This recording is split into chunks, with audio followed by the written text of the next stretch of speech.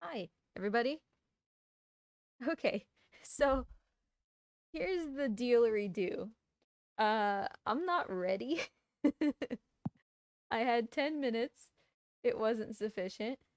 So give me a hot second, if you would. It doesn't look like it's gonna kick me off here. But hi, you can hear me and everything, right? Because I just had to reset my Twitch password, which I thought was gonna kick me off of They Twitch. they get this round as well. Shut up, random Twitch thing. Okay. Yeah, I just had to reset my Twitch password. Um, yeah, no, the mic's kind of away from my face at the moment. So hopefully it just refreshed and everything is fine. Thank you for the hype train, everybody. That's wonderful. Thank you so much. How are y'all doing today? What are you up to? Oh God, what did I just set my Twitch password to? It wouldn't let me choose anything even remotely close to what I would usually pick. And it's like, again, it's not really your responsibility to make sure that I pick a good password, you know?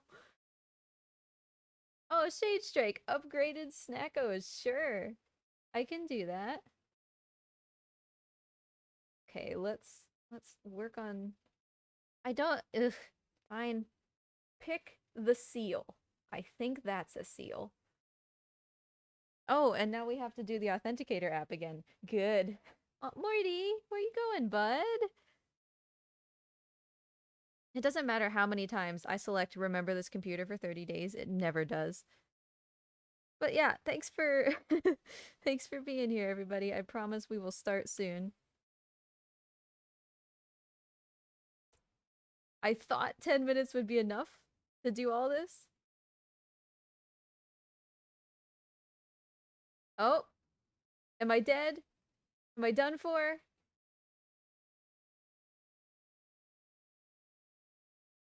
Well, it says my stream is live now, so that's good. But I have to log in again, I guess. Oh, you're making sure I'm not a bot? And I have to enter the code found in my authenticator app? I'm so surprised. Oh God, we're almost there. We're almost there. Bam. Okay, I think I'm logged in. I think we're here. Ah. Alright, where did Mort go? Number one. Morty? Uh, you know what? Way to be a goob. Way to be a goob. Okay, Hey Mort is working. Fantastic. I'm gonna actually, because I didn't have enough time and I'm a goober, I'm gonna stand up because I have to go get something. And in the meantime, I'm also gonna like tidy up Mort's enclosure real quick. I'll be back in like 30 seconds.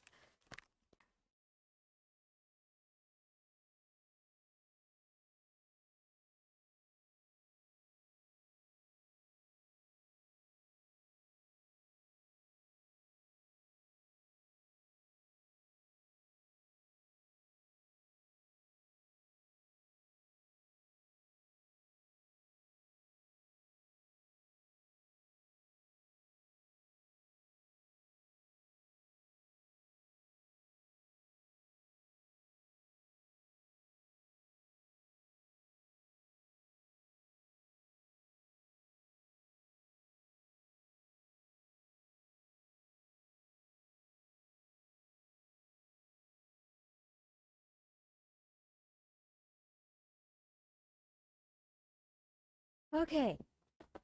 Okay. There's still a leaf in front of him. What a goob.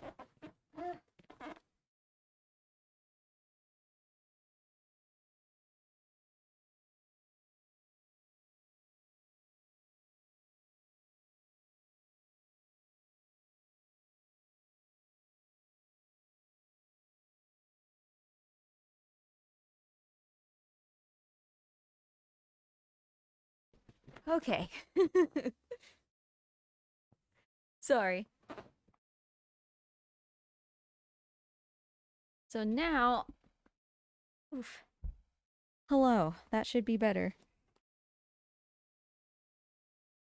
So yeah, Shade, I gave Mort a blueberry just for now, since I don't actually have the fancy treats just yet. He'll get them shortly when I get them. Although I guess I just kind of assumed that you wanted to give them to Mort. Did you want to give the fancy treats to Mort, or did you want to give them to somebody else? There are more choices.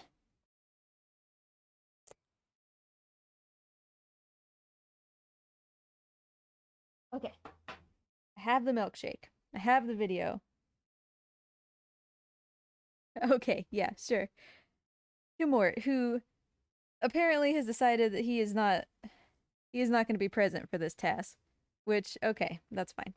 So, before we get started, I'm gonna pop this up and then it should be visible.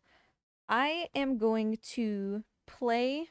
There's a chunk of this that repeats, so it's not actually like the beginning of the task. I'm gonna play it and I'm gonna talk. Well, why don't I just do it? Ta-da! I'm gonna play it, and I am gonna talk consistently, and you are going to tell me, hopefully, if you can hear me and hear the game in a decent like ratio, because this isn't usually how my audio would be balanced. I also now see that the video is a smidge long. Is that too loud? Too quiet? Is the video not hearable?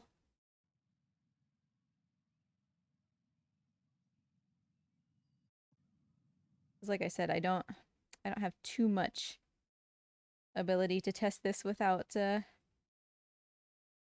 people around, you know what I mean? It was kind of short to judge. That's fair. That's fair. Okay. Once we get going, we can't change it, so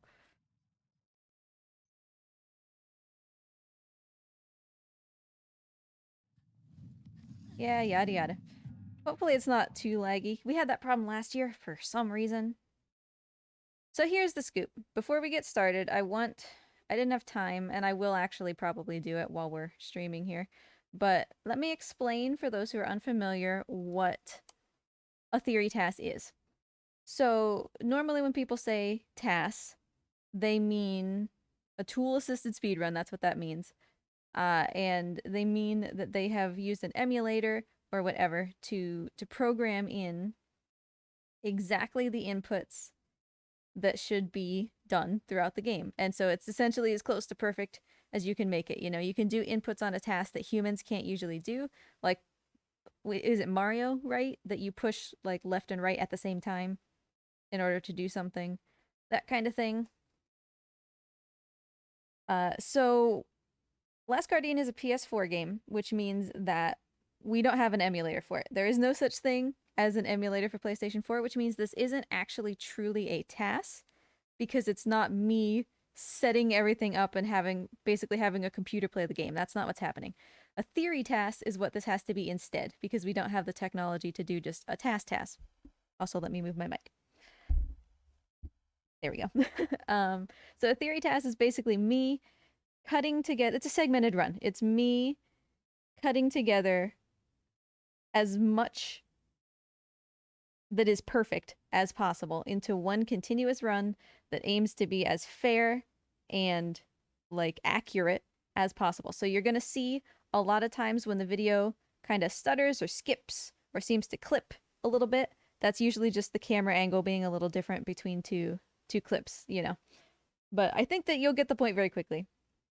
And so we're basically trying to figure out what's the fastest that we can do any percent in. Let me just type something real quick.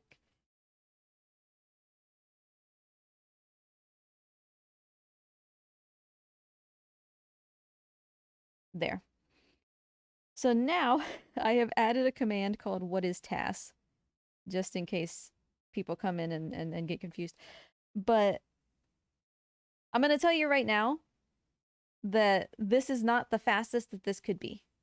It's the fastest that it could be by myself because I've worked on this task solely as, you know, myself, by myself. But we've had a lot of developments in the community that have really improved the time. Those are not in here because I had a goal for what time I wanted to reach in this task by myself.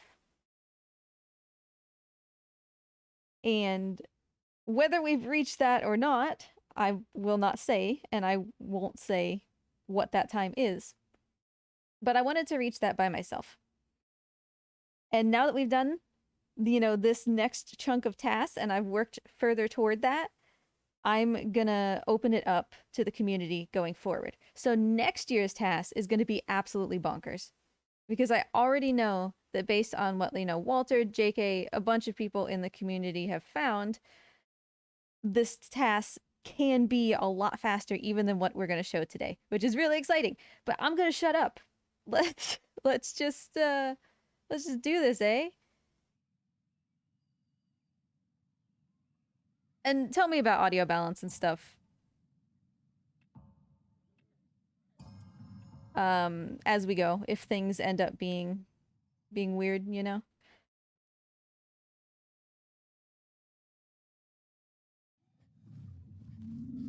So some things are going to be roughly the same. Some things are going to be a little bit different.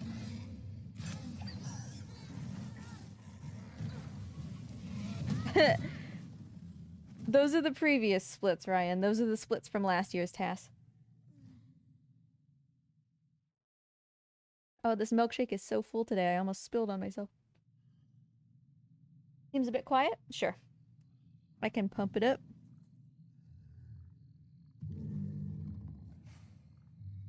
I'm just gonna pump it up all the way, and then if you get your ears blasted, let me know.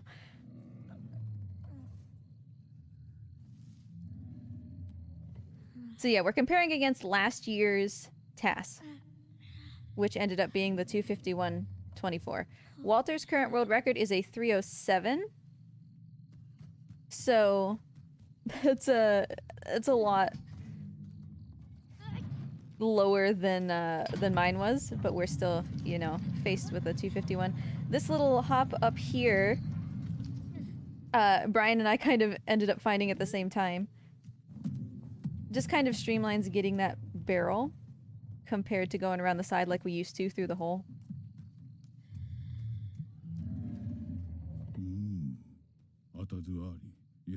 And so the way that I improved this was entirely by chance. Some of you might actually have been there. I think it was the Team Eco 20th that we did on the GDQ channel. This clip is from that. This clip coming up, you'll see a cut.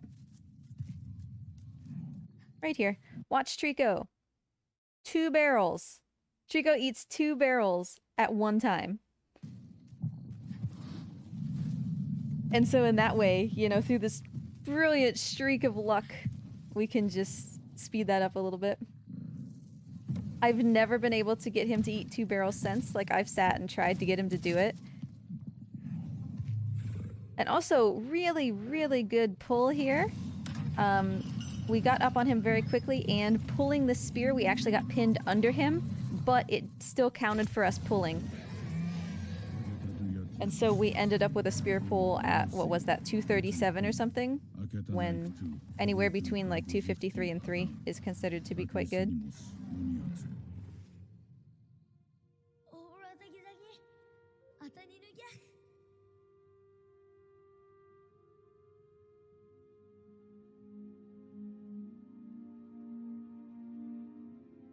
Yeah, I've just never been able to get him to do that double barrel thing ever again. And, you know, I muted whenever I have on stream things that happen and I'm talking when they happen and then I use them for the task. I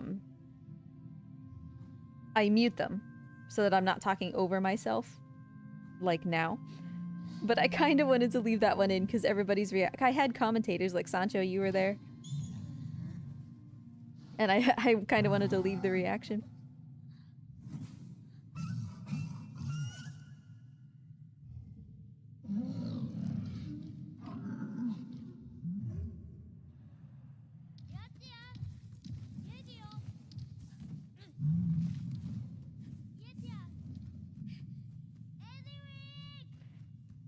This is gonna be roughly the same.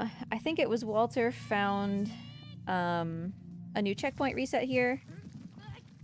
This is ledge jump.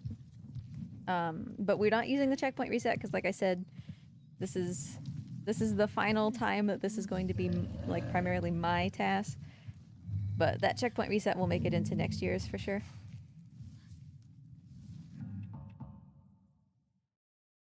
It's when we come out anyway, so we're not quite to where it would be. But just decent little movement here. No stumbles, really.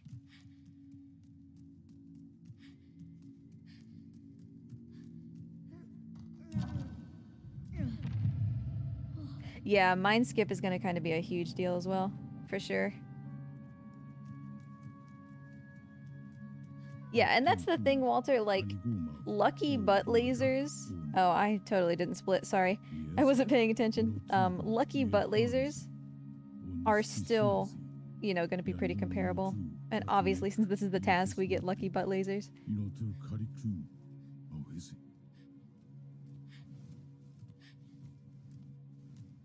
I wish Mort was here. Maybe he'll come out at some point.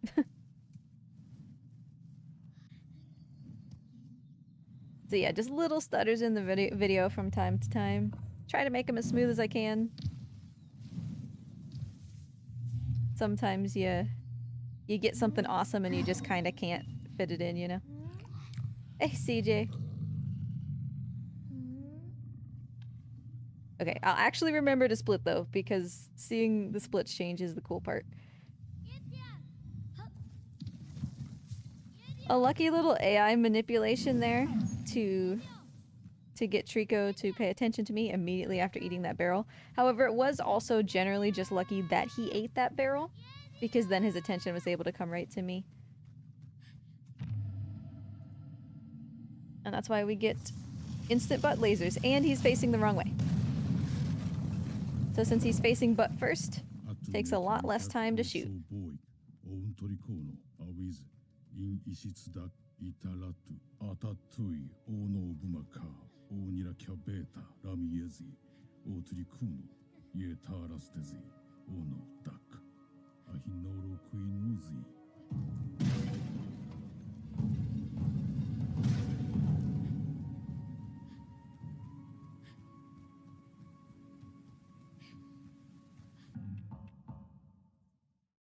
So we're ahead of the previous TAS, which is great. I would hope so. There were actually, I'll talk about them as we get there. Sure, I can make the game a smidge louder. There were actually kind of a couple really surprising things. That might have been too much. That I had them and I like cut them into the run and everything, and then realized they were slower. Like I couldn't figure out why my video had gotten longer. I'll kind of talk about some of those as we get to them. One of them is second hole only for the female Trico fight at Cage. For some reason that was slower. Like I had a better double holes than just one, which really kind of surprised me. So this is going to be different. Yeah, it is boosted like that, unfortunately. That's just a problem with my computer. So this is different than the last year's TAS. As long as Trico's down, the checkpoint happens and this invisible wall goes away. So we're gonna use the physics to get up here and just entirely leave without him. Last year we got him into the pool, we checkpoint reset, and then we had him carry us up like that. So that will be a smidge faster. I'm gonna see if maybe I can fix this base boost. Ooh, that might have actually worked.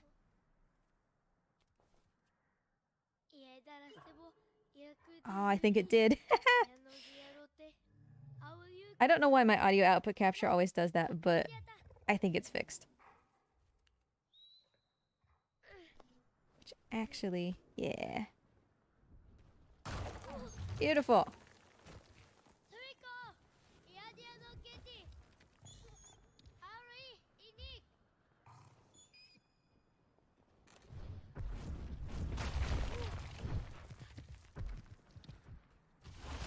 Aiden, I should have put in a clip of grabbing his tail, because I know you grab his tail there for swag, even though it doesn't make a difference.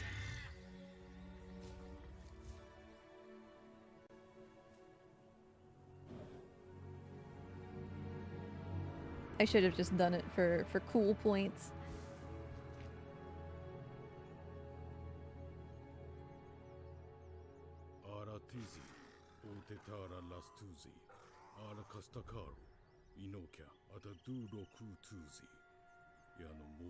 I'm gonna make a spreadsheet that people can contribute to. Like for the TAS, if they find something cool in their own runs.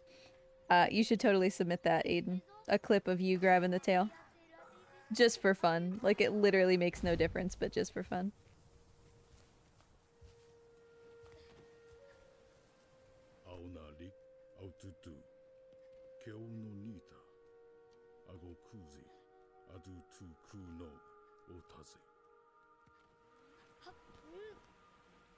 So just risky chain jumps here.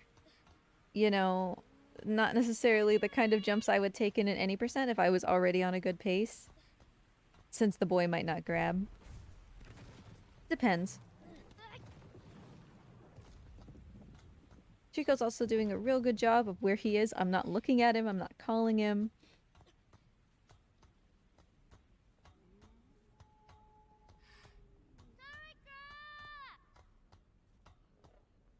So do a call there, and another call once we touch down on the floor.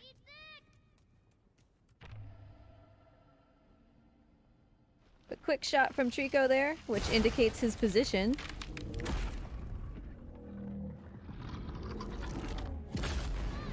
And I already know a way that I want to improve this. I just ran out of time.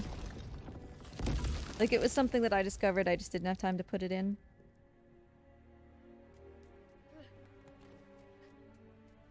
Because, like, this run down this pillar could be better, but I also just found something new that would help.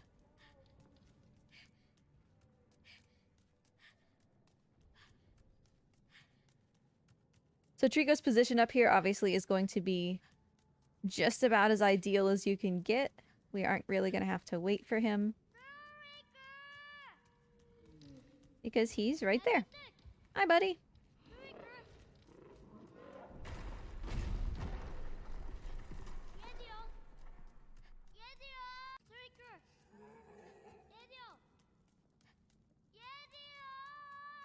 Keeping this part from last year. Technically, with enough luck, it could be, you know, a smidge better. But, you know, we build it in pieces. Why doesn't my Trico do that? That's the motto of every Last Guardian speedrunner. So I was using a specific route here to get him to look at me with his head at a certain angle. It was still a fair bit of luck, though, that let me hop up like that.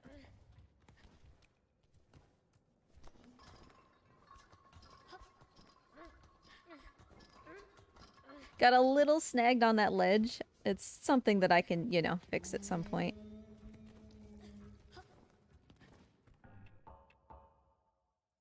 So obviously the gold is going to come from the hopping up the ledge instead of using the reset back at the lake.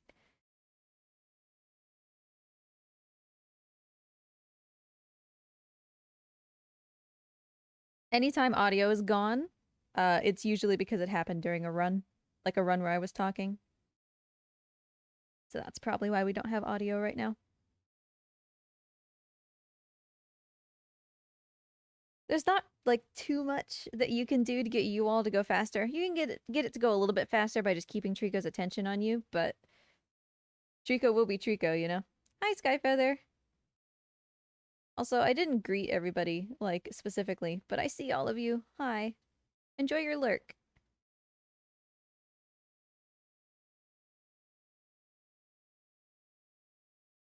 And, like, the menuing there, that was just me splitting too early.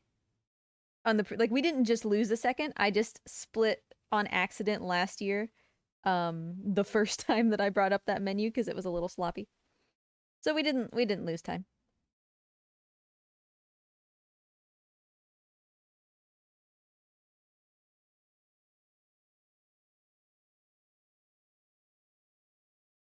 It's just that I'm a noob speedrunner.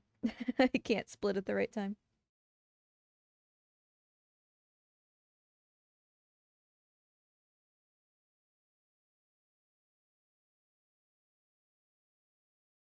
Get away. There's a gnat in front of my face. Get away. So land on our feet there. Obviously, that's ideal. Yeah, no, I certainly do not record like local record runs. If something happens, just rest in peace. There goes that VOD.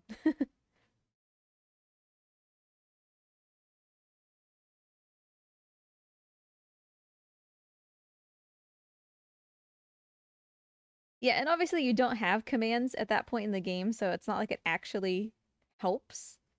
But Trico did seem to keep his attention on me better when I did that. You know, compared to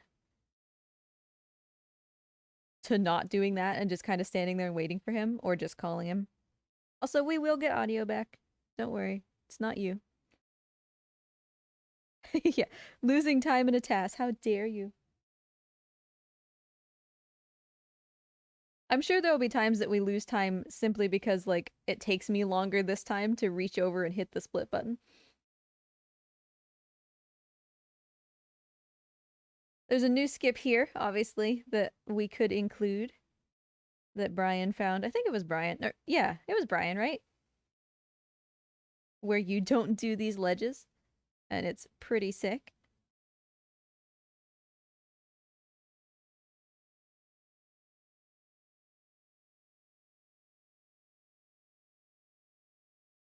See, like that was an example, right? Nothing changed in that segment, so it was literally just point one of me reaching over to split that took a little bit longer.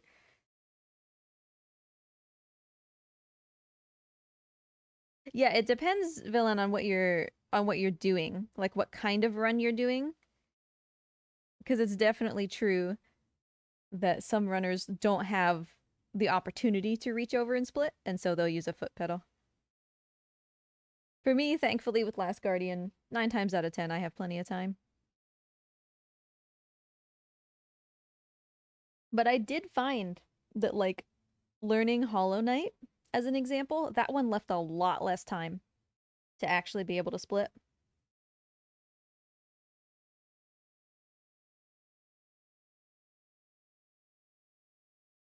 Oh yeah, no, I definitely reused a lot of footage from the previous task. We're building on the previous task. But it's just that sometimes either because I'm not paying attention either then or now, or it just takes me a little longer to get my hand over there. Um the split might be a little bit different. Yeah.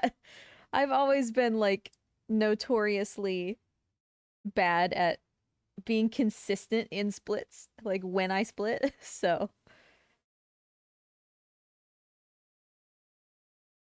I bet that you could, Ryan. I feel like you could. Oh, and see, like that could be so much better. That was a very unnecessary delay. I just like didn't have time to fix these things, you know?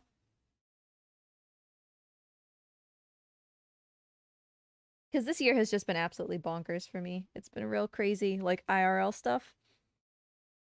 So I had a list of like to-dos for this year's task, and I really just wanted to get through those. I got through them, and then I was like, I'm gonna fix this again next year anyway. It's okay. Like, So this remains something that I'm really, really proud of. Um, I just watch, right? Number one, good tail drop. Could be better still, but still very, very good. So we're gonna go good jump into there, no hanging. You just go right in by your feet. We're gonna go and trigger this cutscene because this cutscene is the trigger for the next door opening. You can hit the lever before you watch this cutscene. But if you hit the lever before you hit the trigger, the door won't open. So it doesn't matter whether or not you can get to the lever. You have to watch this cutscene. However, you don't have to watch the whole thing. You just have to trigger it. So I triggered it. I've gone backwards because that's where the checkpoint was. I wanted to improve this and then didn't have time. Like, that doesn't have to be one of those long grabs. Easy for improvement, of course. So now that the trigger has been hit, head over here using collision abuse, I guess. And now we can hit the lever and the door will open. So we didn't have to do all of the tunnels and everything underneath there, crawling through and everything. And now the door opens. If you try to do that without seeing the scene, it'll make the noise like the door is opening, but nothing will happen. And you just kind of stand there and are stuck. Hey, we have audio again.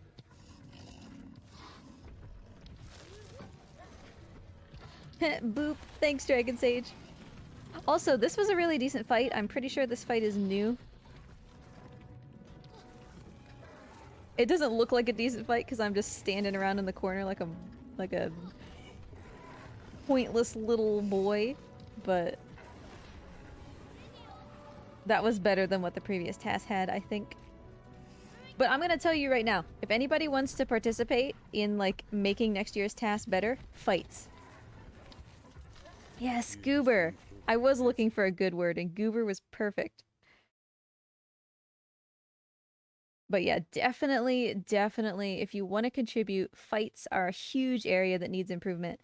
I know that Walter's already gotten some good fights, because fights are just random, right? Like, every armor is completely random in where it can go and what it does. So that's basically infinite possibilities, or infinite permutations of possibilities for what could happen. Yeah, better fight there.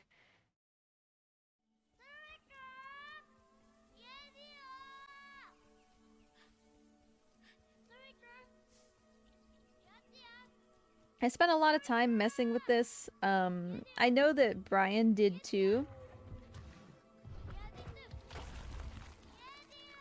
And I really wanted to find some way for Trico to launch me over the pillars. Like, by taking advantage of him hopping up here and then, like, booking it for the other end of the arena. I really wanted him to launch me over the pillars, but of course, there's an invisible wall.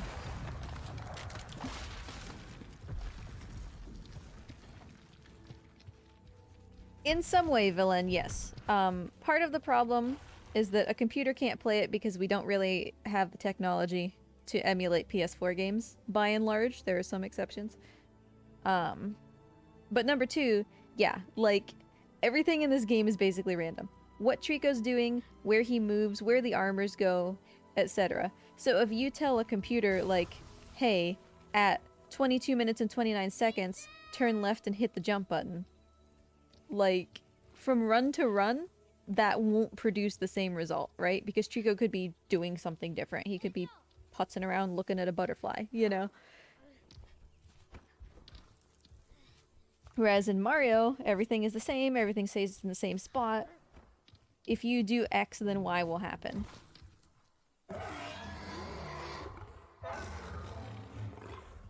And I'm just using Mario as an example. Like, Celeste is another really cool TAS. Again, because things are always in the same spot. So I guess there's, like, an out of bounds here. I don't know if the out of bounds actually, like, matters. He doesn't scream at the tower at all, because that's cool. Yeah, basically any game without RNG. I know that I have a better well drop here, too, that I didn't have the time to put in. So this is kind of traditional vine skip. Worked on the first try, we closed that. And we basically just prevent Trico from sticking his head in there.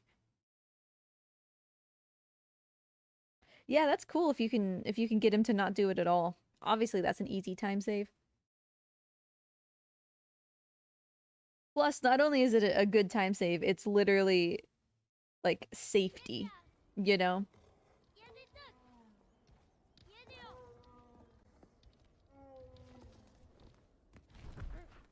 The reason that I'm skipping these splits is because these splits are based on any percent, and we didn't do food stairs reset as an example, because you can't if you do vine skip. The checkpoint doesn't work anymore, so...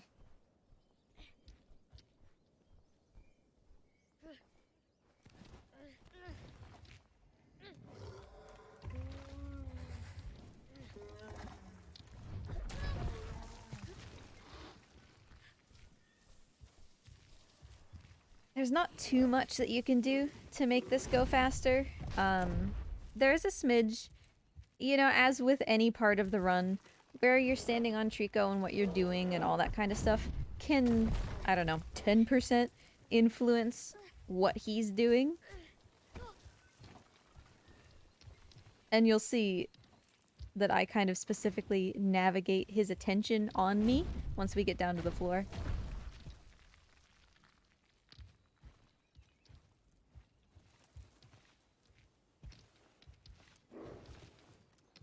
But yeah, like you said, lots of checkpoint resets that are new. Lots of either little modifications or complete, you know, everything that you do is different. Changes since the route that is in this TAS, so next year's will be just amazing.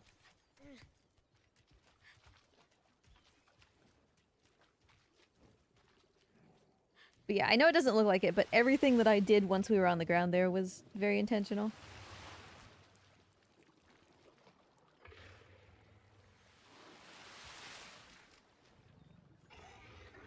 I'm inclined to say that this year is amazing too, Chivio. Because, there's some really cool stuff in here. Two things in particular that I can think of that I am just super, super proud of.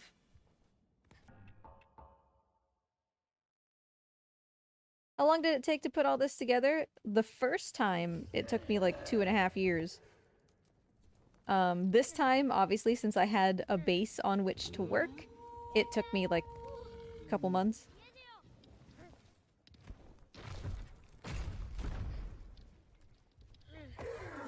I'm always collecting footage. Nice jump from the head here. One of my favorite things. I'm always collecting footage. Every now and then, I will, just offline stream and really just do an area over and over and over again or whatever. Yeah, that one's one of the biggest splices. I only ever got Trico to move his head that way once. Like that. And, like, there was just... That was the only thing that I had, you know? That wasn't a time loss, that was me splitting slowly again. So it was hard to splice it together nicely, since that was the only footage of it that I had. To this day, still have not been able to get him to do it again. I tried because I wanted a better clip, you know? Grab up onto the second ledge.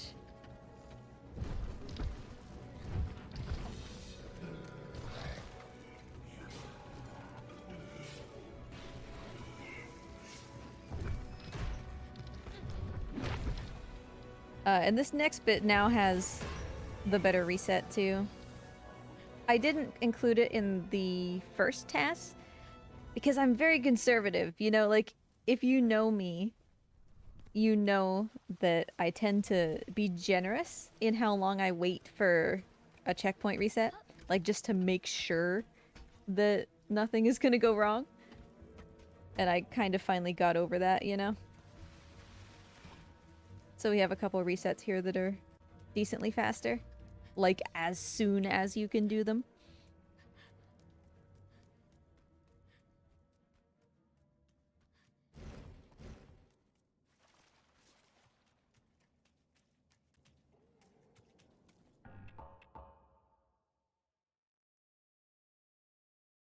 Yeah, I think that's true, Aiden. Playing without audio is to some extent, like, making it harder on me.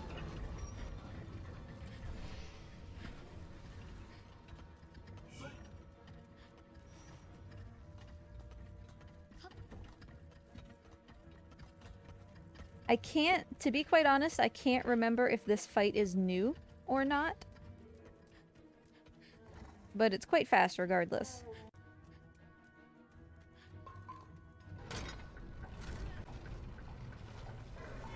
Because like I said, I've spent months of consecutive time putting this together. Sometimes it can be hard to keep track of what's new, you know? But Trico did a really good job here. It can still be faster.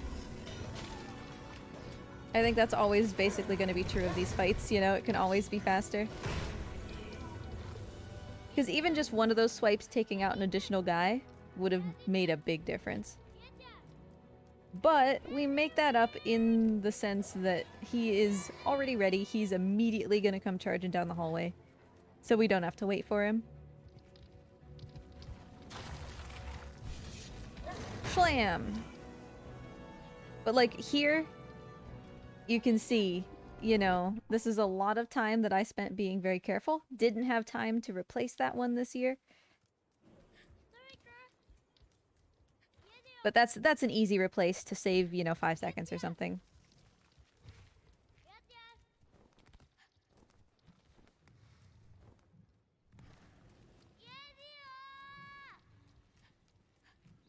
Hey Tic Tac, nice to see you.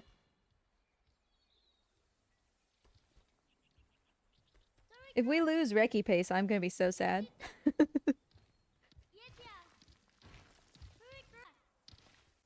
I hate that split. Like, I hate that little cut there, but there was nothing that I could do to make it better.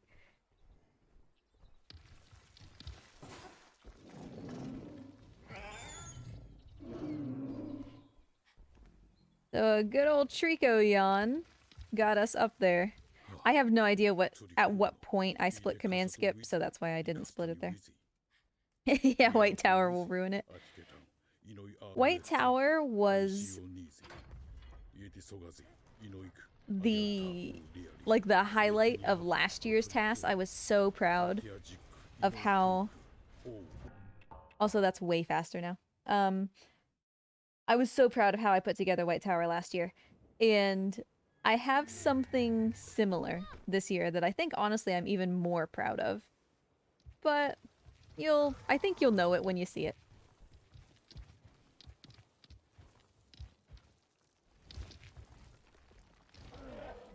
Oh, you should play villain. At this point, you probably already know where to go.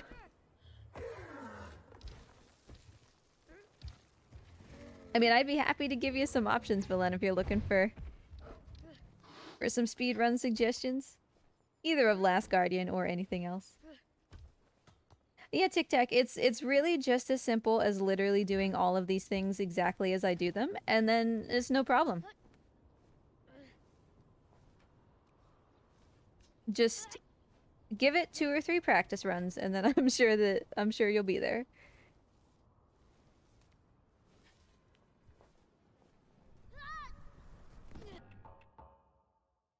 That was not... See, I suck at splits.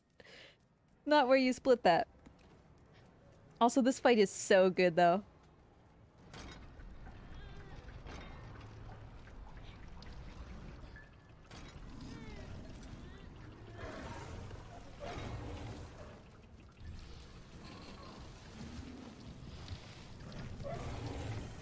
Just...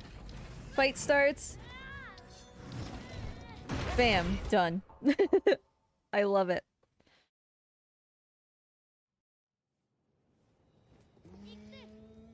That fight, I'm not sure is gonna be replaced. Most of the other fights definitely need work. And I just kind of took the best that I was able to get over... You know, I would do one fight for like a week and then just take the best that I got. That fight... I don't really think we need to focus on that one in favor of other ones, you know?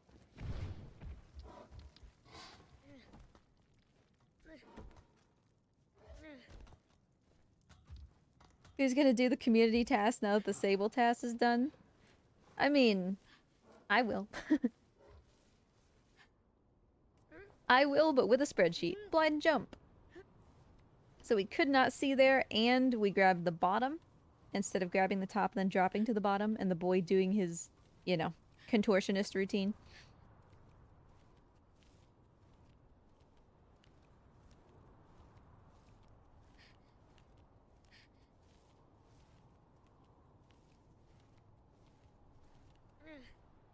That's basically right, Rossi. It doesn't have save resets or anything.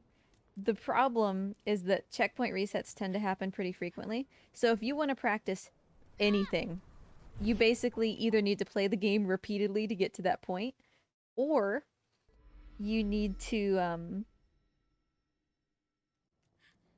use a USB stick.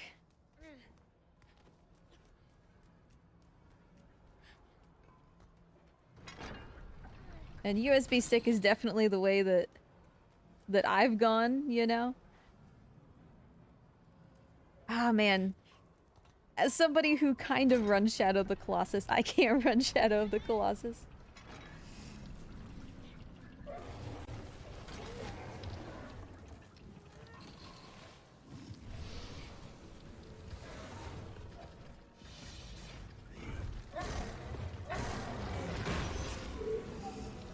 What was just for the swag? The pulling the lever and then leaving and coming back? Because that is a smidge faster, but only if the armors let you do it. And by a smidge, I literally mean, like, less than a second. Unsheath your soup knife. Soup knife is reserved for Argus, and also any other Colossus that I'm currently frustrated with.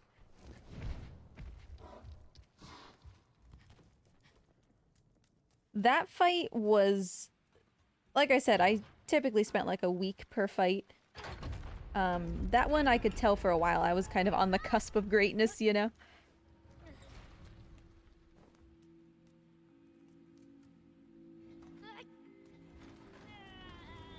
That's true, JK. It's true that you can pull and kinda jive a little bit while you're pulling, and the armor might just like reach through you and allow you to keep pulling, which would prevent the need to have to walk around him like that. Like you could just wake him up and it would be fine. The problem is that can you get it open far enough before other armors show up or he tries to grab you again, right? I never ever want to touch this section again because it took me like a solid week of just doing this to figure out how to get Trico up here. I literally think it's like 1.7 seconds faster than just letting him do it like on his own.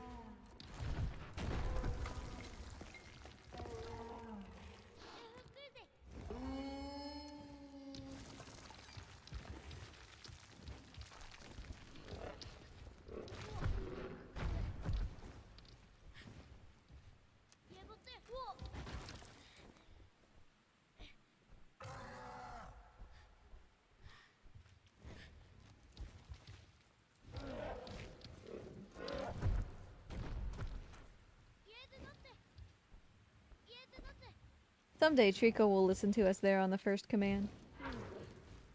I mean, he will if you wait long enough, but...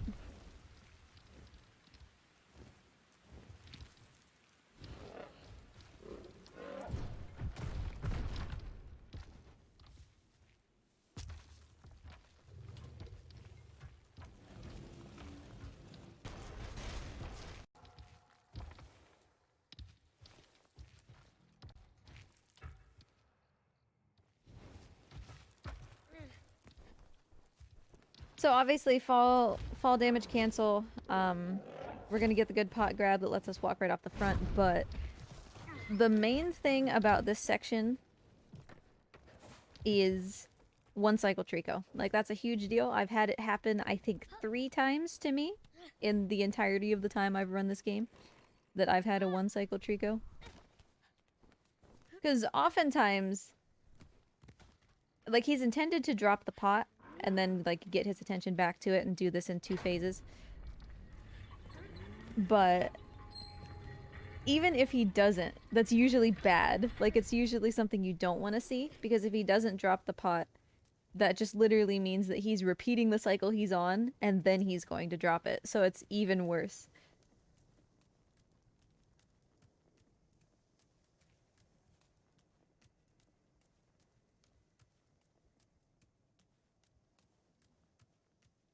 I do think that you're right about that, JK. I think that there's some variation of stumbling or standing back from a decent distance and doing like the forward shove dive that would get you under there a smidge faster.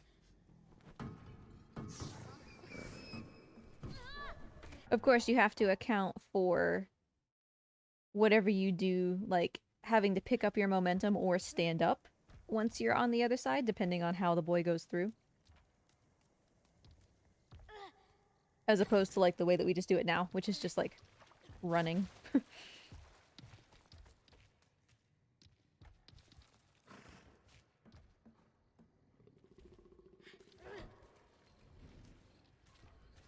Because you can see that I'm like kind of trying to do that, right? I'm crouching and hoping that I can just go under.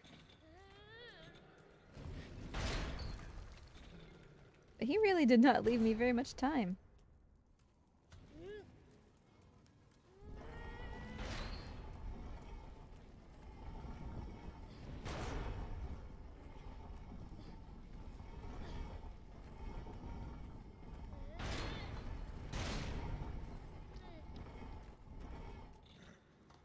But yeah, I'm pretty sure that I got this one cycle Trico from a run. Yeah, so it just muted itself, of course.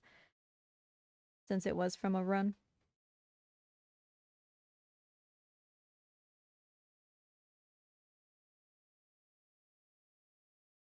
But I don't know what causes it. You know, he just kind of... I think if I had to wager a guess, it's that he... See, so there you go. Like, he's not doing the door charge and everything. And he's just gonna go pick it up and it's fine. I think that it's maybe just that, like, he's in the middle of something in such a way that when you interrupt him, it permanently cuts that thing off. Like, normally, he has a trajectory, right, that his brain is going on.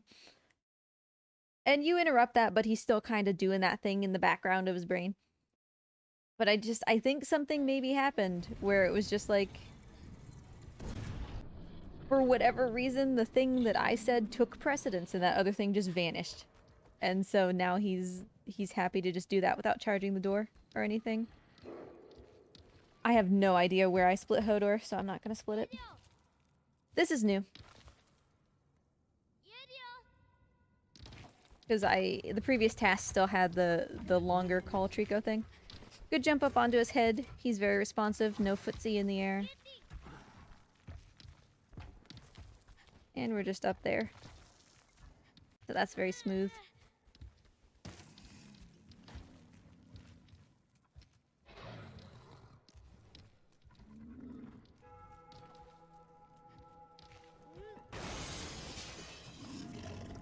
I so desperately wanted to pick that helmet up on the first try.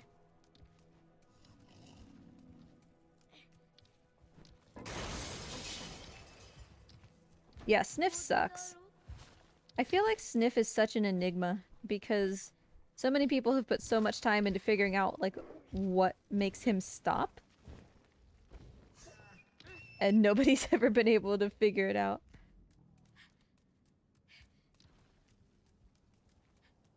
And that was an entirely lucky placement of his head, right? Sometimes his head is a lot lower. And so you can't do that.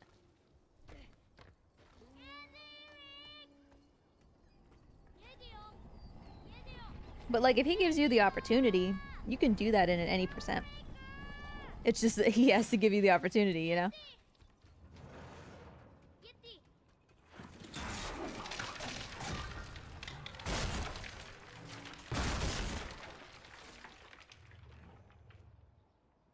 And once, like, if you can do that, once you're away from him, he'll stop paying attention to the glass. Like, it's not like he's gonna get stuck back there. You are his object of interest. He'll follow you. It's fine, you know? So it's not like you risk leaving him behind and then being stuck in this section when he's not there to jump. He'll follow you. It's just literally RNG whether he does the head high in the air sniff or the low down to the ground sniff. Oh, that was such an early jump. Whew. Did you see how fast he zoomed down to get me at the last moment? That was right on the cusp of too early he was gonna miss.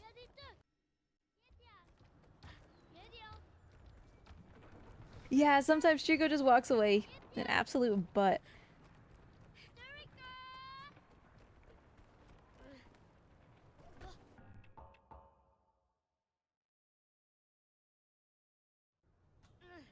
Just a little teleport there.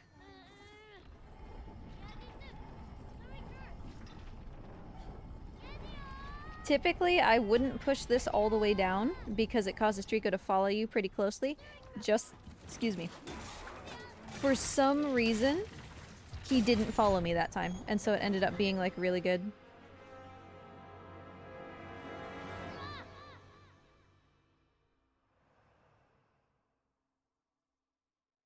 So this is new, which is why you see that little cut there. This is super, super dangerous. I do not recommend that you do this in at any percent. You will 99% of the time fall off and die.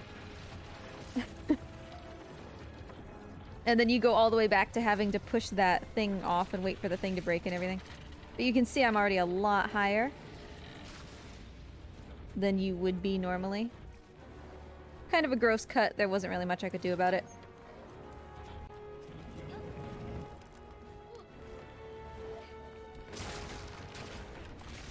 I think that I've had this quick pull 2 times in a run.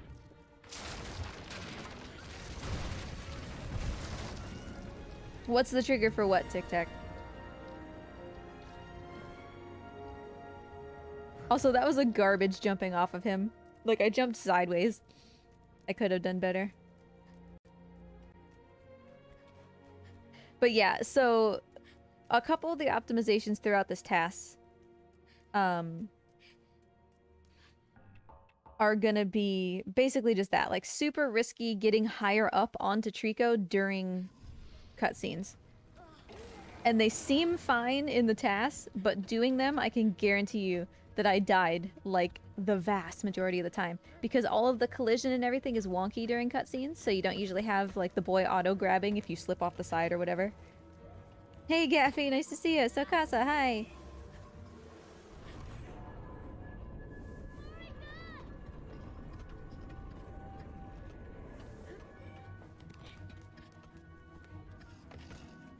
When you jumped early and Trico adjusted, like jumped early off of the thing that was breaking, I'm assuming that you mean. Also that was a improved little run to the eye there. I mean, he just kind of did, right? There's a small cut there, to bridge the gap between those two clips to incorporate the new one, but really it's just you can jump earlier than you think that you can. Just like the one where I panicked, you know, the very first time that he saves you in the demo area, and I just panicked because I thought that I had included a clip where he misses me. If you jump like right on the edge of what is acceptable, a lot of times he'll just do a sudden zip, right? To fix it. I really did think he was gonna miss me on that first one. I thought that I had forgotten to take out a clip where he missed.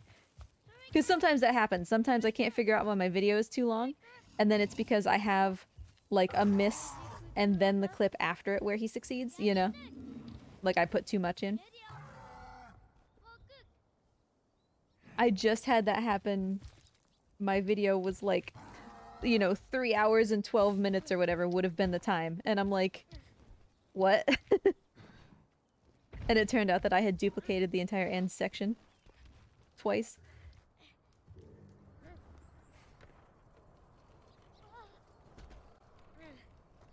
This jump can sometimes just like, it'll go fine for a couple times and then you just like get stuck. You get cursed for a while, you know?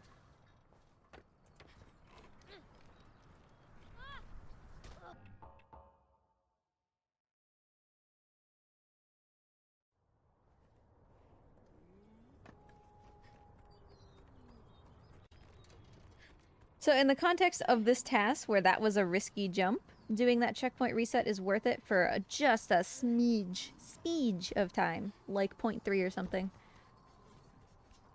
But typically that checkpoint reset is worse in an any percent. Yeah, the cages are just like the ones in Eco.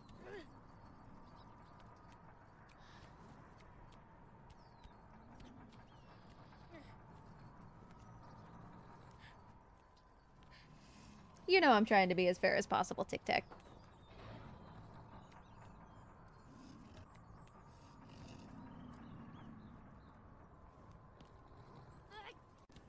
So, Sancho has even a better one of those. Like, he didn't even land with his feet on that little ledge. He just straight up grabbed the top. Which I would love to include in next year's.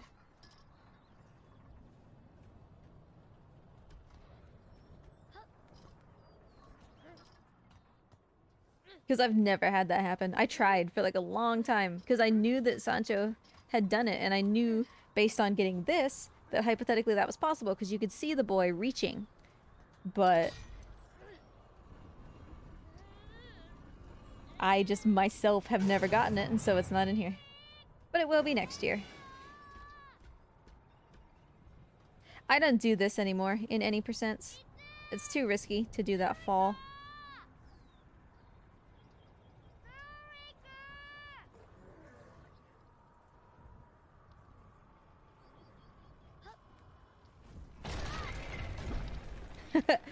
That's so... God, that's so spooky. And I think that he does all these jumps by himself.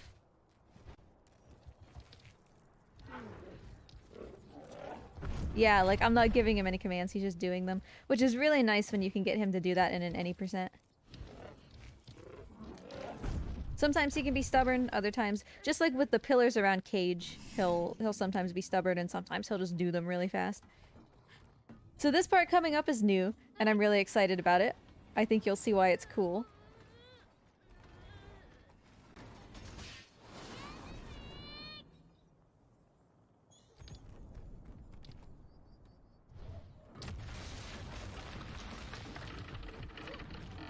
Not normally the side you would grab Trico on, but...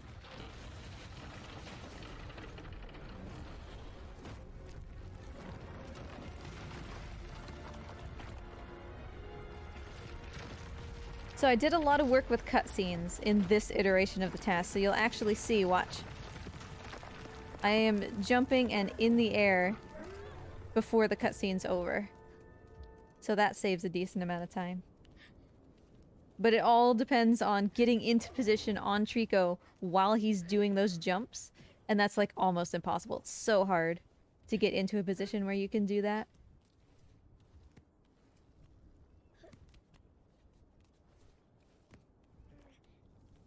Plus, the checkpoint there is garbage, so every time that you try and fail to do that, you have to reload from USB. It's garbage.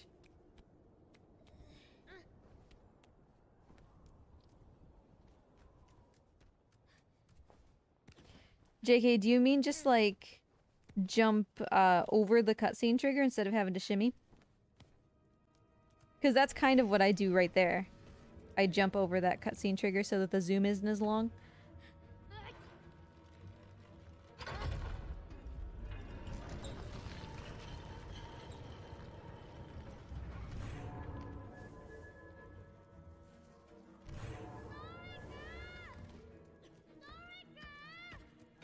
Oh, the ledge before that one. Gotcha.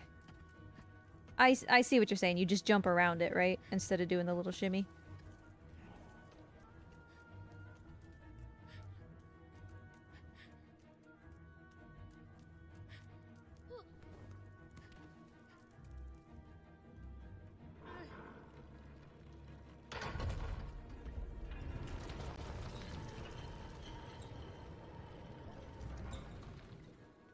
Drawbridge skip should be just about the same as it was last year. I mean, it was really nice. I wasn't gonna change it.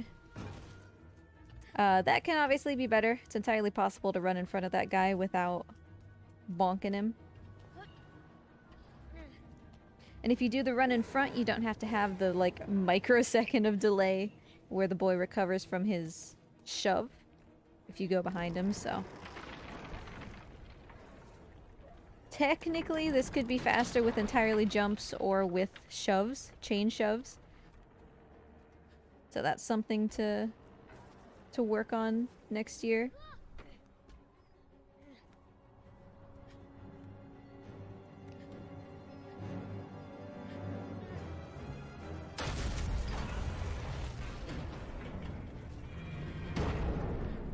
Trying to remember what I changed that made that faster.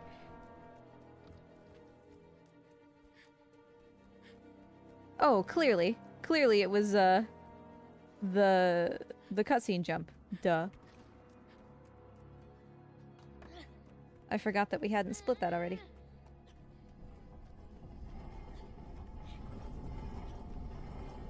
So this will be new too. What I do with this train here in a second.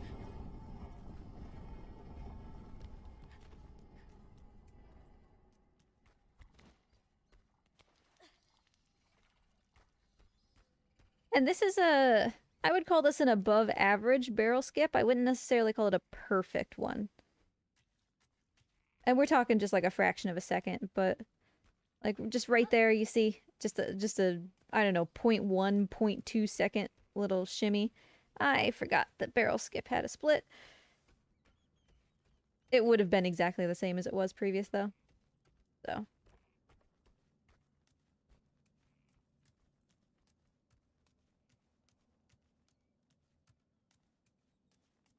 and I think I either throw this to Trico or just like drop it at his feet and let it roll around. And both of those are super scary because I've certainly had any percents where I did that. You know, I was like, oh, whatever, he'll get it. And then he doesn't. He's like, Matt, it's too far away.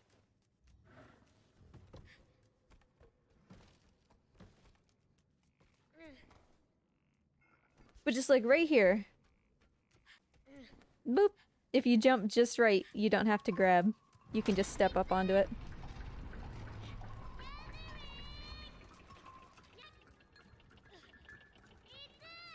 And it's just something really small, but I found it cheeky and I like it.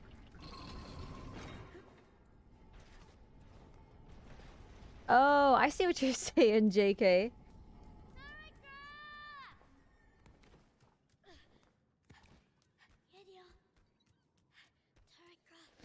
So one of my biggest things that I'm definitely going to change for next year is, you know, we gained a greater understanding of this checkpoint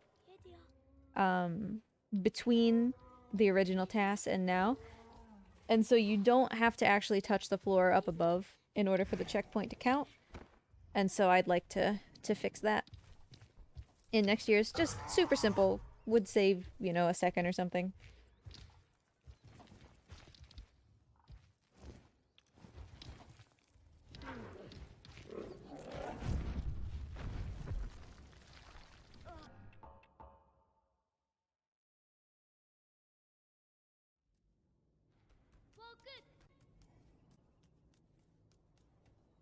I have not gotten cutscene skip here in an any percent for so long. Yeah, I think that that's basically the case, JK. Like, you are a unit, you and Trico. So, whoever hits it first, whatever, you know?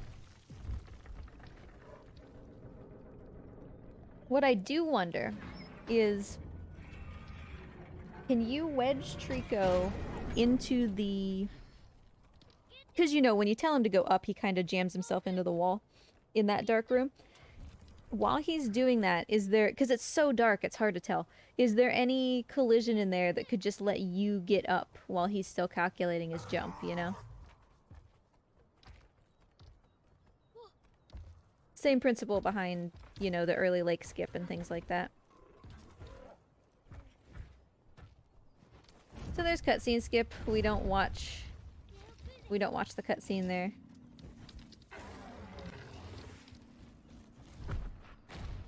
Which can happen in an any percent, not that I've had it happen for like years. So frustrating.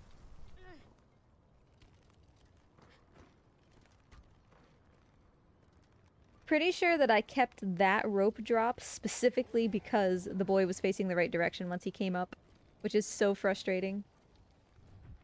That he's like almost never actually facing the right direction.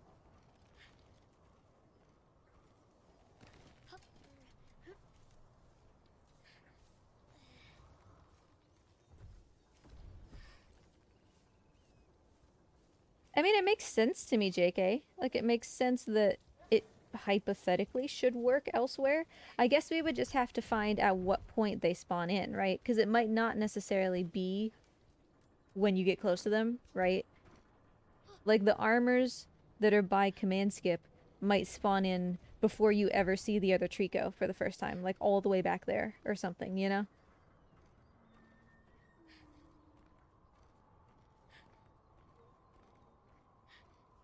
Because the game loads in chunks.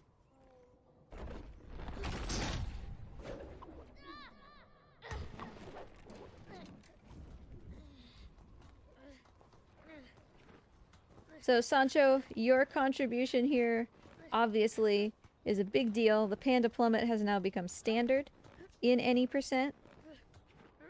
Unfortunately, I maintained that I wasn't going to include, you know, big contributions like that I didn't find this year. So we will still be doing it the old TAS way, but your Panda Plummet is better. For sure.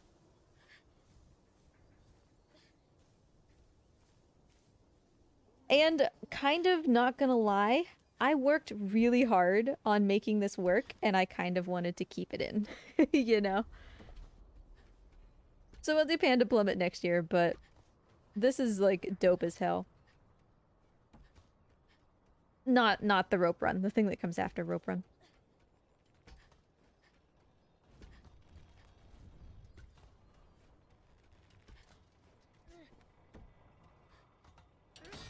And Trico's actually in a really decent position for this to do Panda Plummet, but we didn't do it.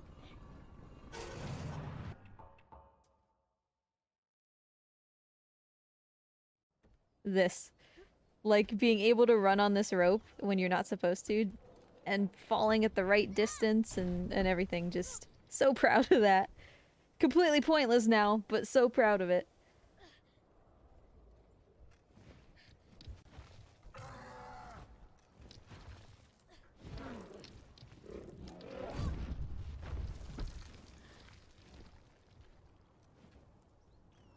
So yeah, Sancho. You will be pleased, Sancho. The Sancho step is in here.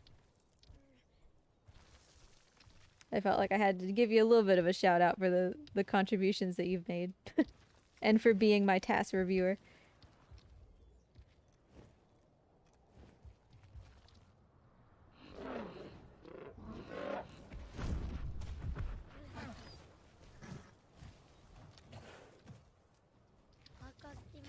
So there's not really too much you can do, obviously, about this section. It's just basically the same as any percent. I couldn't really find a way to make this faster. I was messing around, you know, there are vines that grow here. Things like that. That I thought, you know, maybe I could use to progress without Trico, but...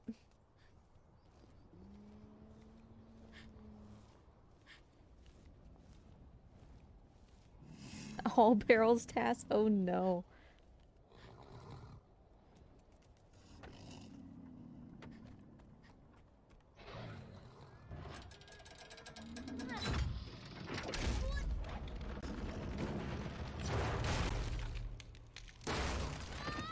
So the little cut there means that I changed something. What would I have changed? Oh no, poop TAS. I know that it's possible to get poop in the first 15 minutes. I know it. I am 100% positive. But I don't know how to make it happen.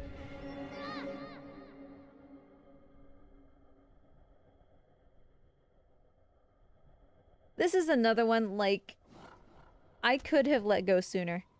I need to change this one. It's only this one. To that, like, very first fraction of a second that he will catch you. Because I'm always very, very conservative with this one. And it can be faster. I didn't split that right in the previous one, so we won't split it again.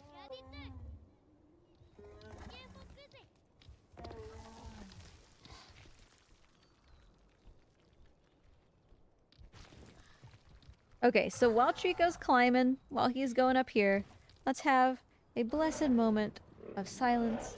Let's get some snackos, some water if you haven't had any. I'm gonna go get Mort a snack to try to get him to come out. But Trico obviously can do this on his own, and I don't really have much to say about this section, so I will be right back in literally like 2 minutes. Just give me a sec.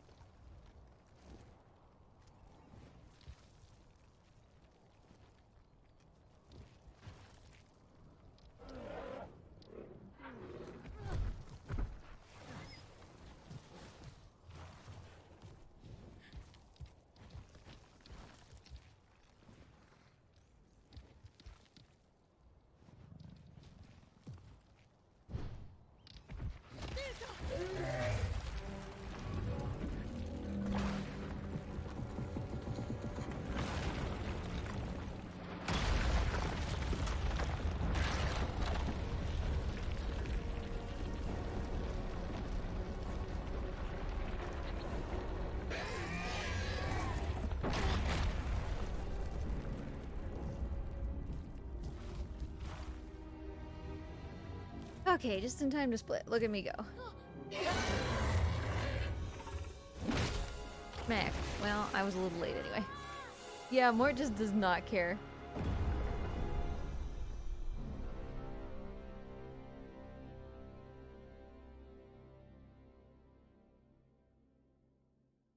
I moved some stuff in his enclosure and he's very grumpy about it, so I'm trying to like get him out.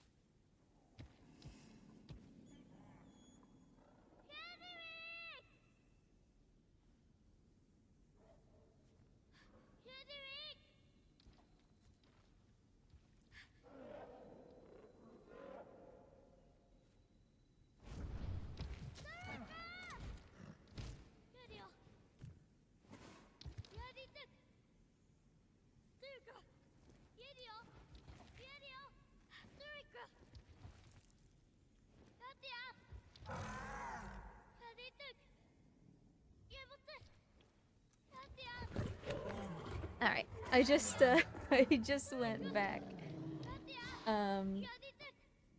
to make sure Morty actually knew what that was. Now if he doesn't want it, it's his own dang fault.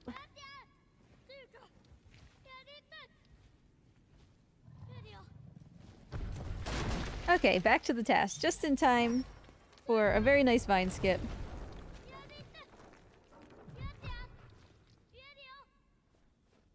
But yeah, I don't know. I tried to I tried to get his attention. He just doesn't care. Is that some squash? Yeah. It's still pumpkin themed for Halloween because I haven't changed it to Christmas yet in there.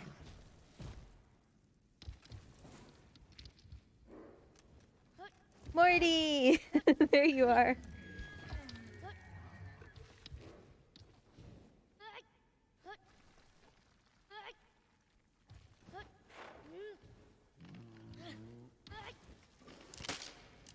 Oh, I have Christmas decor for all of the reptiles. I take their enclosures very seriously.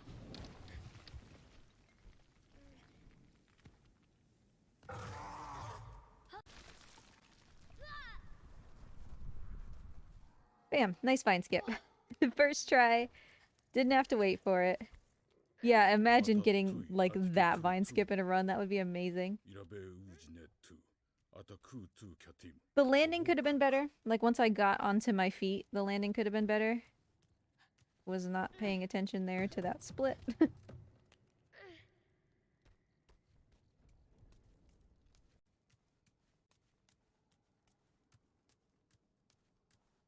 Okay, well apparently that's all that Mort wanted. He didn't want to eat the egg, he just wanted to sleep with the egg. Okay.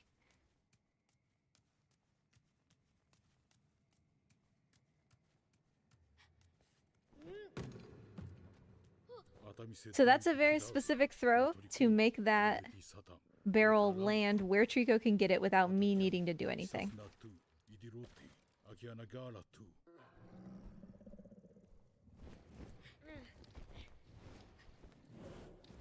And you can get that to happen in any percents. It's possible.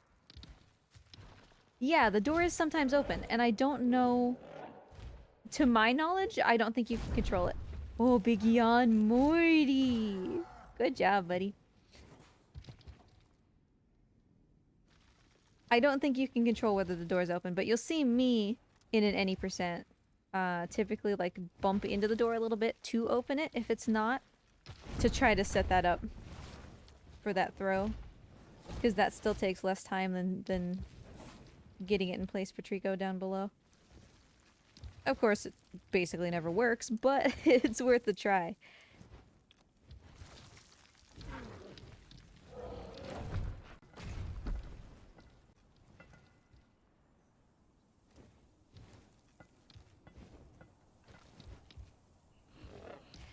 So this fight is decent. I believe this fight is different than last year, but it still, as with most fights, it still really needs help, you know? That's true, Sancho. That'd be a really good place for it.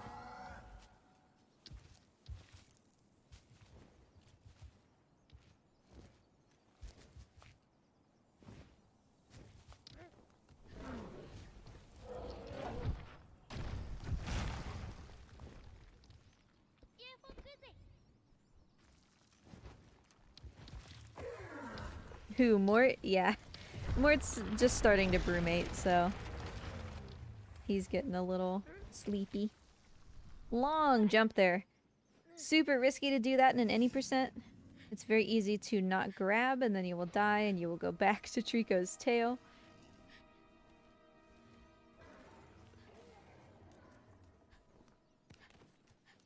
And you can get, like, a smidge further than that. Yuzu might have even done it during the All Barrels run. I think that she got, like, a really, really decent jump there. You can get a smidge further. But I would basically never recommend it in an any percent. I mean, if you're on a trash pace any percent, I guess, sure.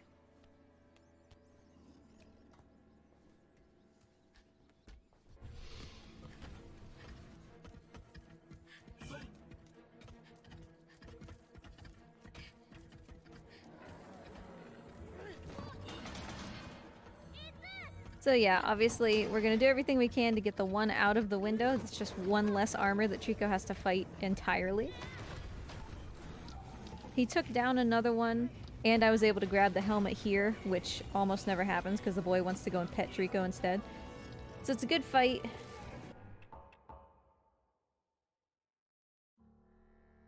I still think it could be better, but there are definitely other fights that need more attention. Yeah, I mean... So... Let's see. The checkpoint happens, I believe, as soon as Trico's feet touch the highest place, the place where he starts to get angry. So maybe if you, like, reset as soon as Trico's feet touch down. Yeah, I was pleased with how fast that was. Fights are always hard to optimize.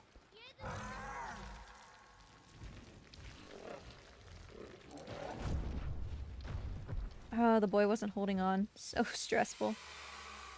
I think that we're definitely... That's true, JK.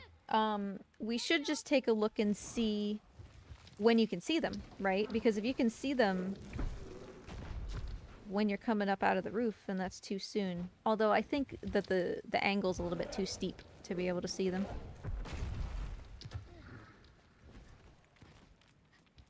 But yeah, this dangly bits section I know can be faster now with some new innovations. This is still a decently fast dangly, it just doesn't have to be quite as slow at the end as it is. And like I said, I still wouldn't call it slow by any means.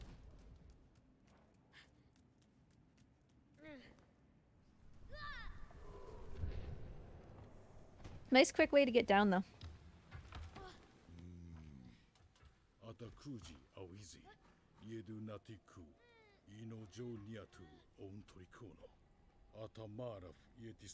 Bless you, Mort. There is a bit new in this section though. So my dangly isn't new at all. Walter has a different way of doing it that is new. But this is new. Just this little run along here. And basically the fall down that immediately transitioned into the pool was faster. And also there is perfect cutscene movement during this. So you'll see that I'm at the ladder and jumping onto the ladder. Yep, right as the scene ends. So that's new. That's nice.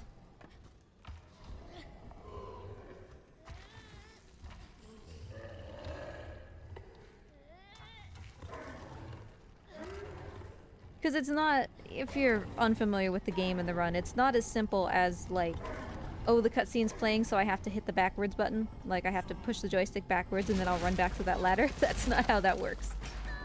The controls invert and do all sorts of weird things during cutscenes, so.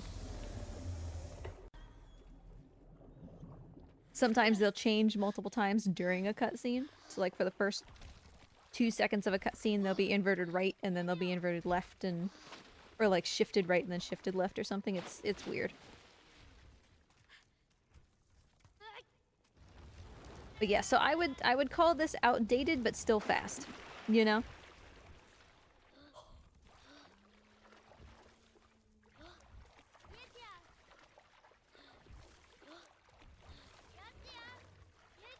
Bless you, Mort. Get your act together, buddy.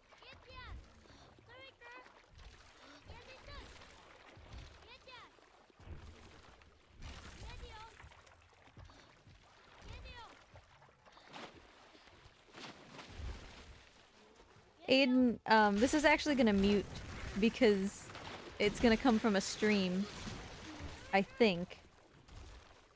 And you were there, Aiden, and I remember you freaking out about how fast this was at the time. Yeah, here's the stream cutting in. Because we had a fast ceiling break like that. And then Trico settled into place fairly quickly. But yeah, you were in chat just like, oh, I don't even understand what.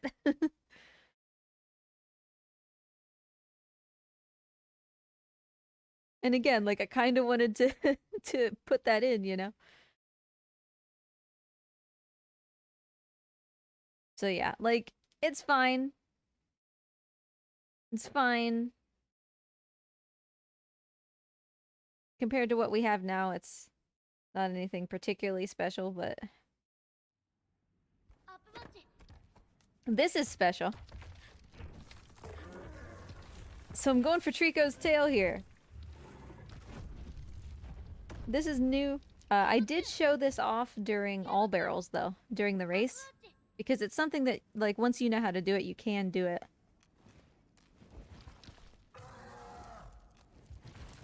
It takes a lot of attempts to actually do it in a way that isn't slower, basically. So we spend this extra time climbing, but the armors aren't awake. You do not trigger that fight to start And so Trico can go out there, basically smack both of them once in the face, and the fight's over. So you can hear, right, there's no fight going on in the background. Which, the benefit is that you don't have to calm Trico down, right?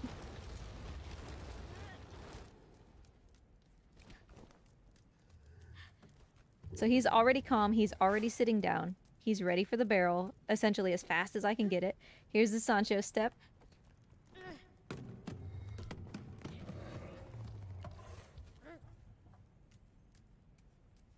You can do it here consistently, Walter, but like I said, it takes a lot of effort to do it in a way that is actually faster. Because if you get Trico up there and just let him fight, and you manage the fight well, it's not really that much slower.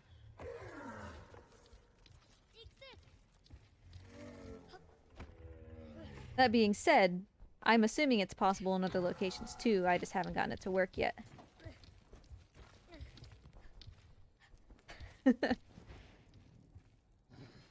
Yeah, settling down faster is a big deal, but depending on how he handles the fight in an any percent, you can have him settled down, you know, before you're out there just the same. It's just kind of, it's RNG, right? How quickly is he going to defeat the armors? Because he can't start to settle down until the armors are dead. So it's kind of on him how long that takes.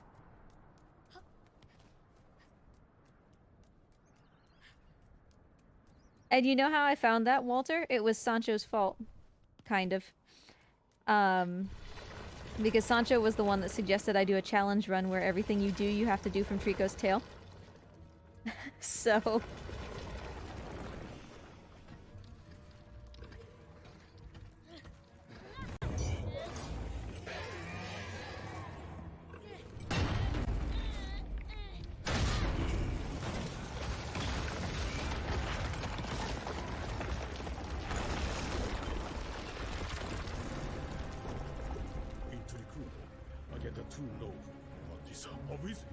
Now this jump up here, it's going to be another example of just like the very cusp of when you can jump.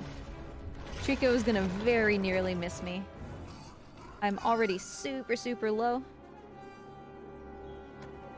And you can see he didn't actually like connect with me, I just kind of vacuumed up into his face.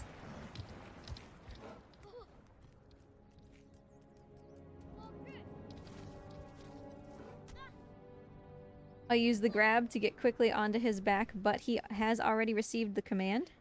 And so he'll start to do that while I'm still climbing.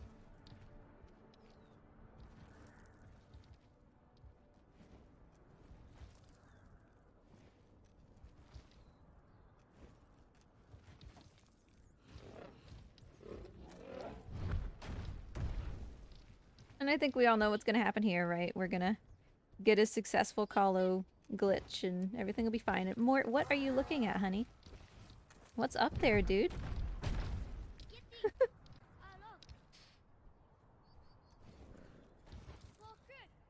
Yeah, music glitch.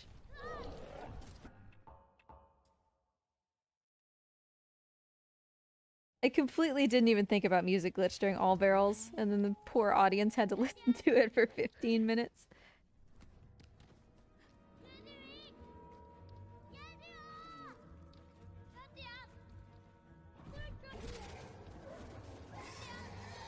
So yeah, the fastest iteration that I had was just focusing on getting Trico down in here and then winning the fight, rather than me trying to ride on this guy's back and pull his helmet off. But that's another possibility. It also assists, the way that I did it here, assists with getting Trico to stand basically right here in front of the cog instead of having to turn around, which he would usually have to do if you do the fight yourself.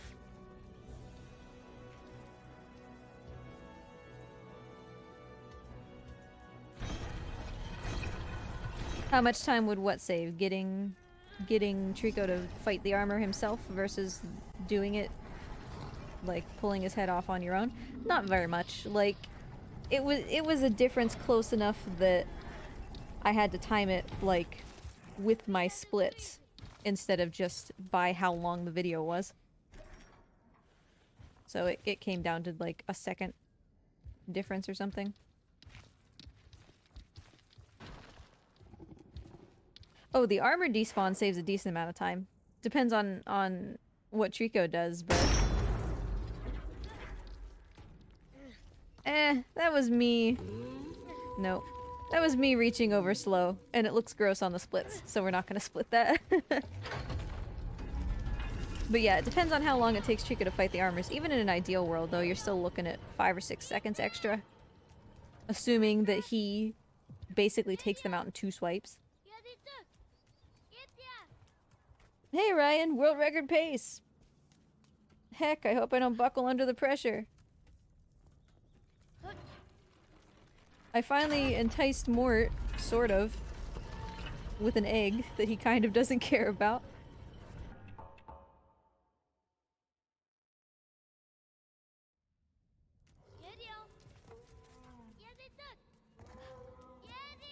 Yeah, it really does just depend on how Trico's gonna treat you, you know?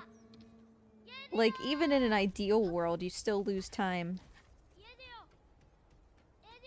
to having to fight all the armors, and worst case scenario, he can just, like, beat them around and not actually destroy them, and it's just super, super gross. I have no idea where Mort went. He's just gone. Is he back in here? Maybe.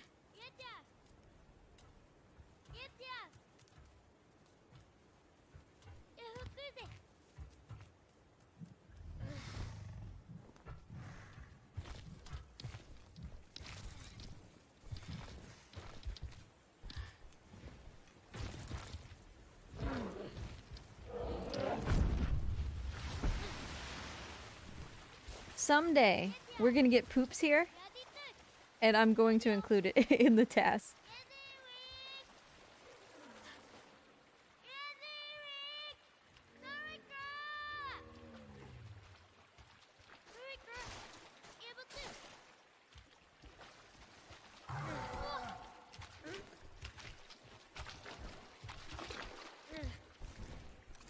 Yep, it's not super uncommon to get poops either at the Coliseum, which is where I most recently got them, or in this little water area that we just passed. Now, I found something cool here. I would say that right now it's not something that we should put in an any percent, because if it doesn't work, it is catastrophically slow. And I think that mostly it's up to Trico, which means it's very inconsistent. But it's cool. And that's what matters to me. And it does save time. It saves a decent amount of time. So it'll be in the next puzzle.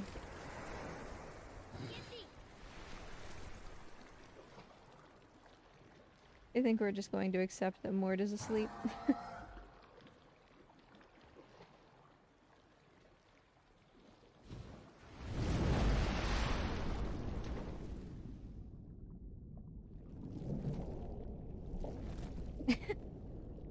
Okay then.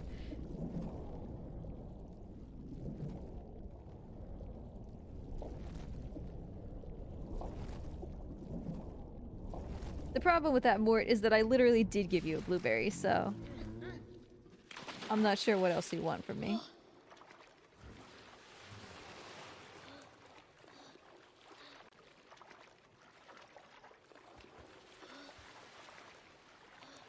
Okay, so we're gonna solve this puzzle like normal. Basically.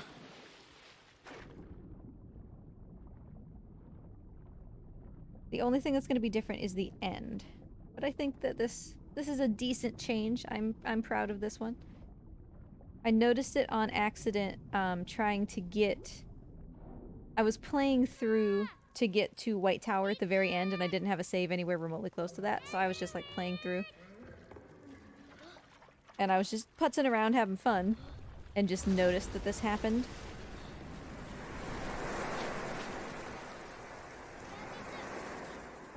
So...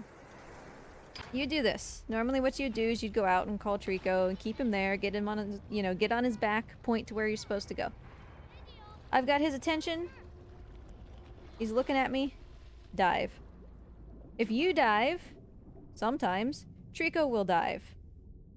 The difference is that I was lucky enough that Trico's "I'm going to dive" decision was already made, and then I happened to grab him. And so he was in the process of diving, I'm on him, that's all that matters.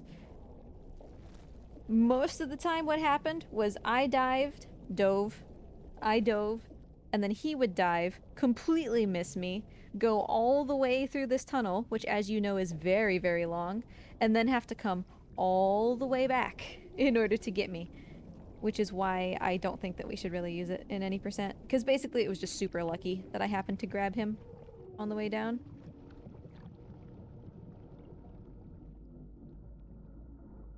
I split late. We saved more time than that. You're supposed to split that when the boy comes off of Trico's back, so.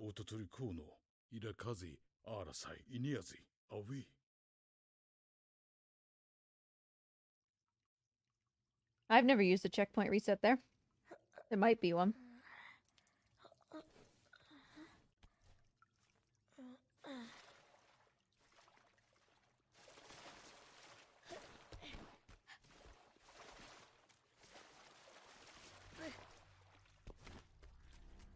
Yeah, Sancho did the 47 barrels.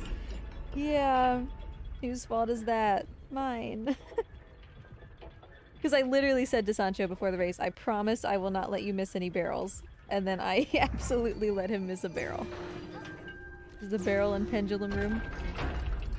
I will never forget.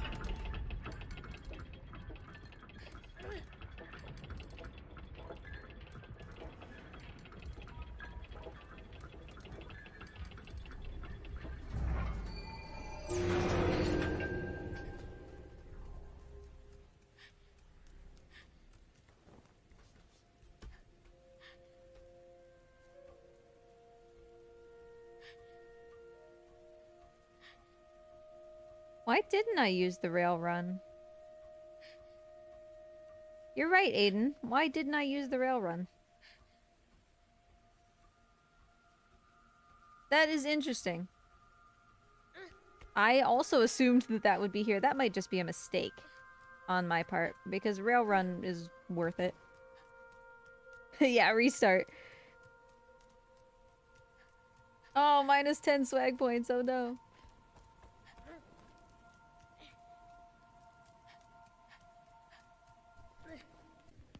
And it's weird because not only did I miss that in actually putting the TAS together, I missed it in watching the TAS, which I've done over the last couple days. Granted, I had the TAS on 2x speed, but it's weird that I didn't notice that. Well, that's something to put in next year. Realistically, it only saves a couple seconds anyway. It's not like we just lost a minute or something. It saves, like 3 or 4 seconds, right? I had such a cool, jump here. I posted it in the Discord, the one that made me feel cool. It wasn't faster, and it made me real sad that it wasn't faster. Because I did like 3 jumps before he grabbed the vines. And I thought, oh, surely this is better. And it wasn't. We do have a new strategy here, though, which I don't know how I never found before now, because it seems painfully obvious now that I've found it.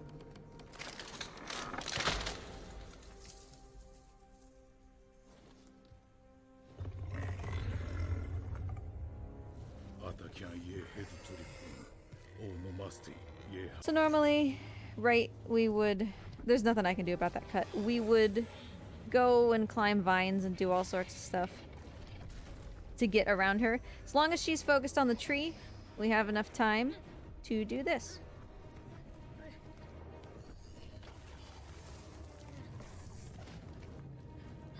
Which just skips right to the end of the fight. Of course, it was very close. You can see that she nearly got me, but...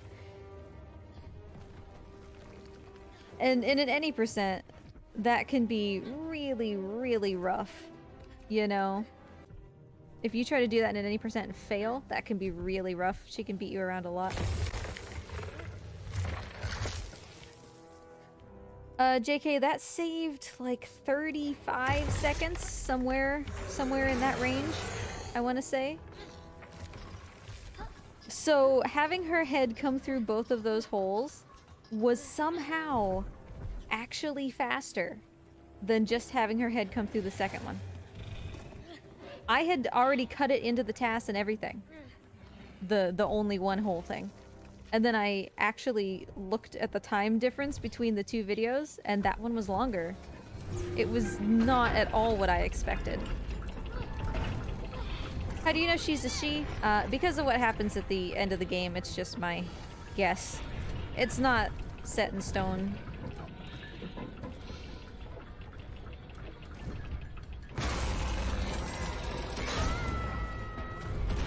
But I guess also not only because of her, I don't know, role in the story or whatever, but just kind of the way she looks too. She and Trico look very different once she doesn't have her helmet on anymore. Exactly, JK. That's basically it. What I would have given for her to just push me up onto that ledge with that swipe, that would have been amazing. I spent a lot of time in this area basically trying to roll all the way over to the edge without her slapping me around, and then having her just like brute force run into me as she was leaving to try to push me off of this edge and see where I went. And I could never get it to work. I mean, we know that there's invisible walls, which I'm kind of showing off right here.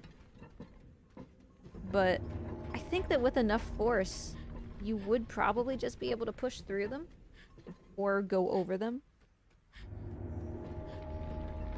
But this is also like a pretty obvious place for them to put invisible walls. We know that they're much more thorough than this, so...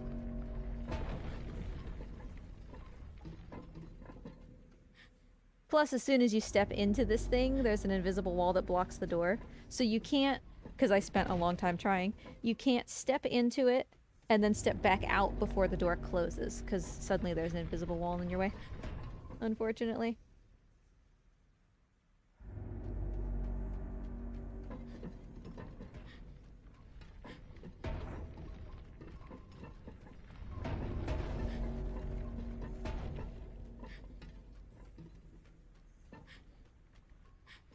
If only we could make this faster, huh?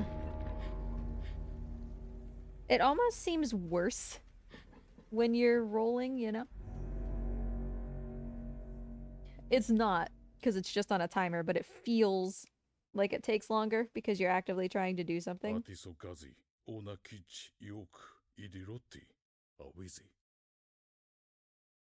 Because, you know, they had to be like...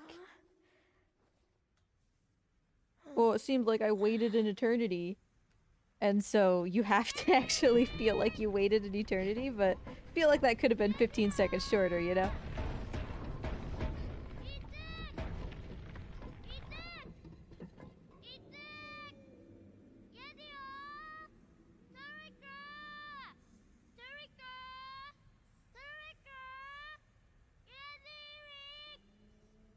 Eziwig! Turiker!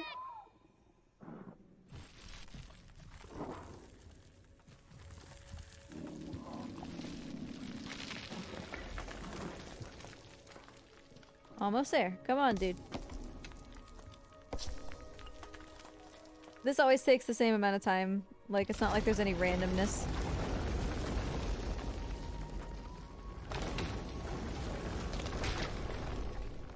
So there you go, JK. Apparently approximately 20 seconds. I guess 35 was a smidge high. I couldn't remember. It was a decent chunk. That was all I remembered. Still, you know, very nice.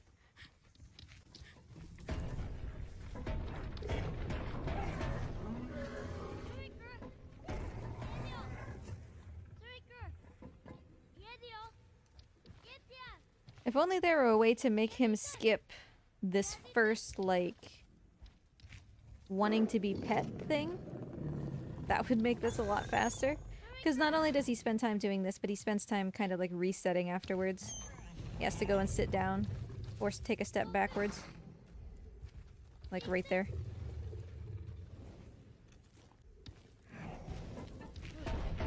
Sorry about those cuts. As I'm sure you can imagine, it's difficult to get the cage in exactly the same spot every time.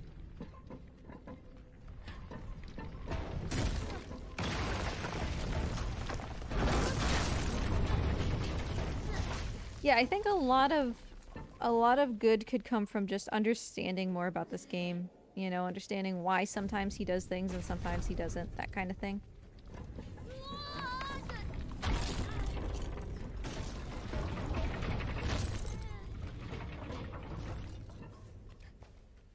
Alright, so we were able to do that without breaking the leg, which makes this faster.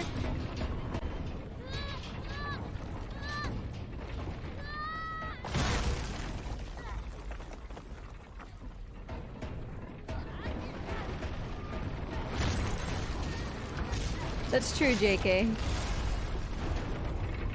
Like, there's only so much you can do, right? It's not like you can make Trico not get stuck on that pillar in the long cutscene sometimes.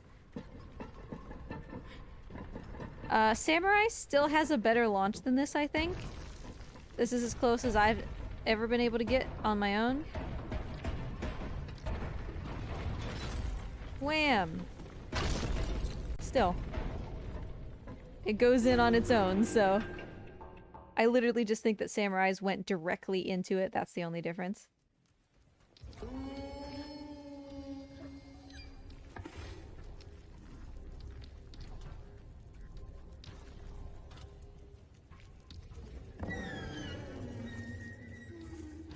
I spent a long time getting that clip.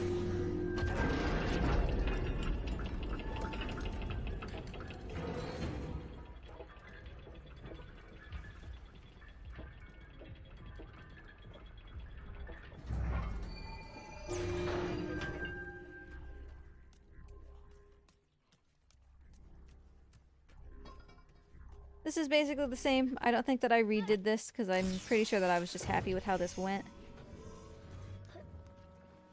Like, he was barely out of the way. That was a good jump. And he hadn't even started casting, so I don't really see that being improved at all. I forgot there was a split there.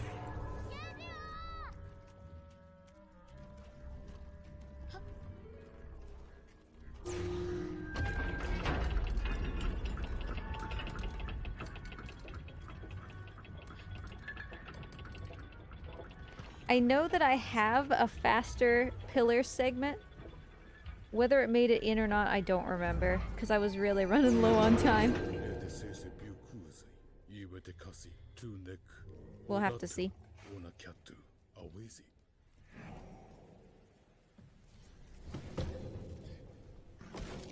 But yeah, basically, highlights, we're still waiting for the area surrounding White Tower skip. White Tower at the end. There's a good fight before White Tower. We still got some decent stuff to look forward to.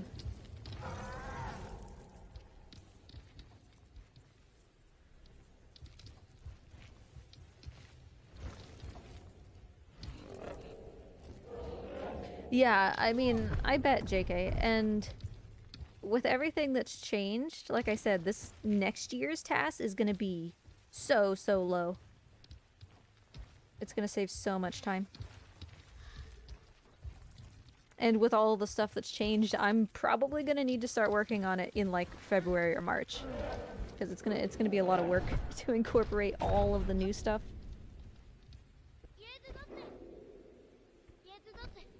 But hey, I mean, if that's my role nowadays, I will accept it.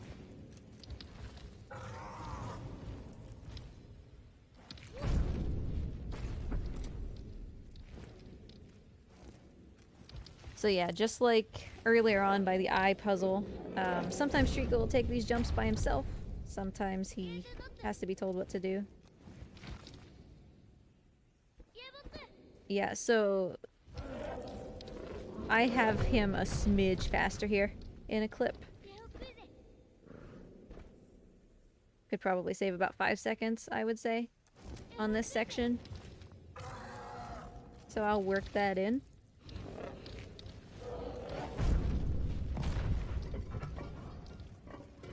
You know, Ryan, speaking of rolls, Husbando's family got Taco Bell recently while we were there. And, you know, Taco Bell has those Cinnabon things. And they only come in sets of 2 or 12. And I always thought, that's kind of a weird way to do that. Wouldn't you do like 2, 4, 8, and 12 or something? And then I ate one, and I was like, oh my god, this is like 2 or 12 is perfect. 12 is for sharing with a bunch of people. 2 is when you want some, but you can't gain 5 pounds by eating one serving. Just one of those was like so heavy and so sweet. It was really good. But now I see why they come in packs of either 2 or 12.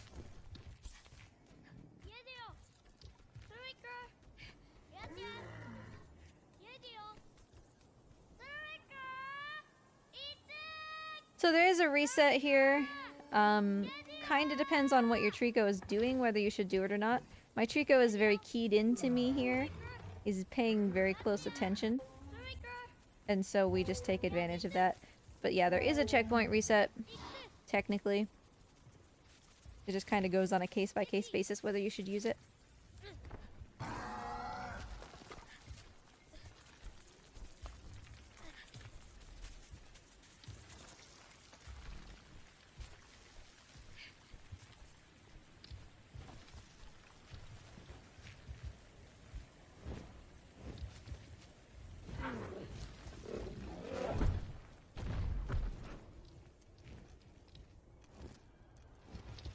We did go to Taco Bell, by the way, on Cyber Monday because they had like a Cyber Monday deal where the quesadillas were $3 off. And then we didn't even get a quesadilla, but we don't talk about that. JK, I ran on the PS5 like twice. So no, I don't typically run on the PS5. I've literally only done like 2 or 3 PS5 runs.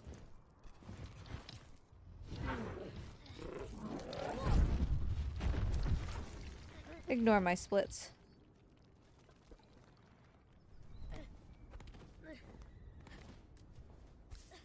I missed. Well, that's something to fix. It's an easy fix.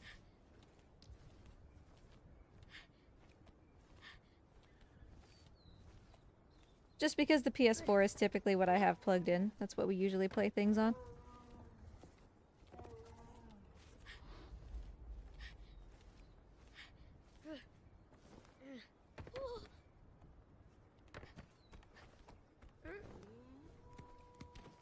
Because in order for me to plug something new in, I have to reach behind my TV, which I guess it's difficult to explain why that's annoying, but it's like up against the wall and you can't really reach the HDMI.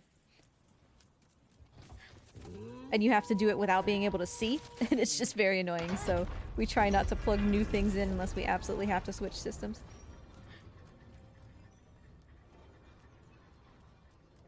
I guess I'm gonna just let my splits do this. I know that this isn't right.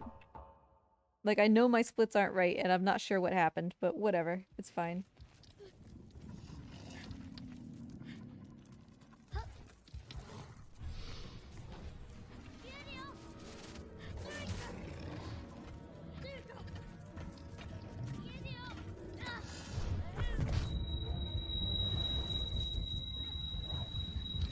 JK, the difference is about 30 seconds over a 3-hour run if you get all of the lucky loads. At least as far as we can tell.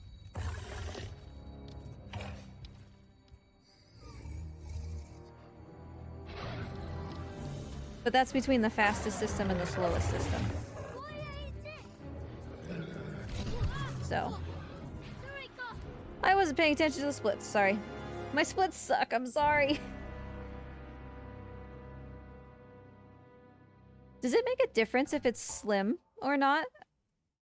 Like, is there anything different about a PS4 Slim that's different from, like, a PS4 Thick? I don't... Is that a standard PS4? I don't know, PS4 Thick is just what I've always called it.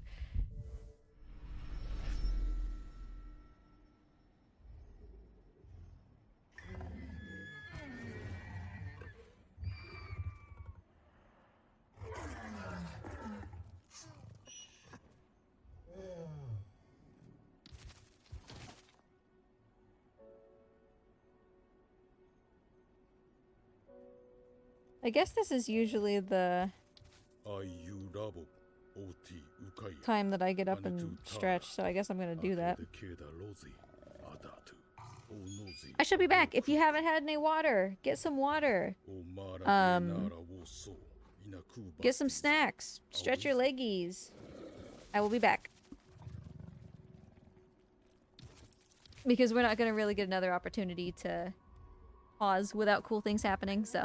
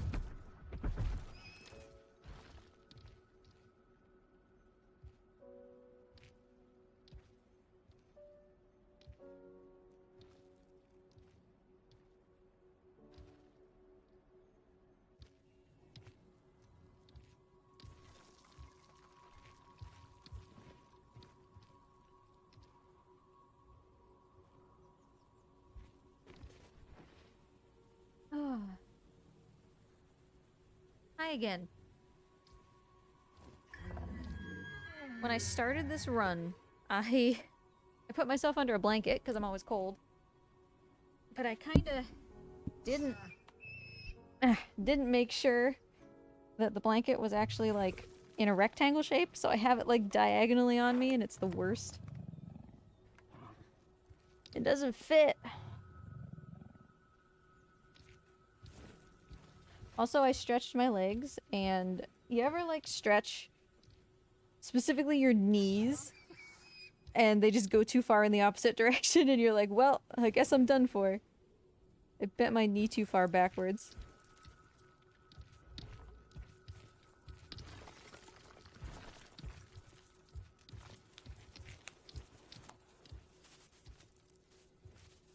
He was a little slow during that cutscene, but that's fine. Udi sponsorship, what is that?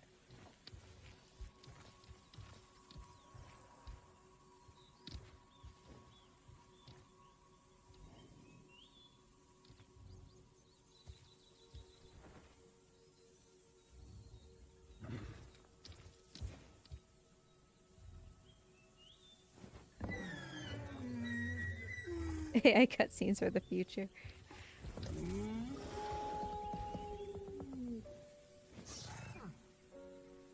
Oh, the new wearable blanket, so it's not a Snuggie anymore?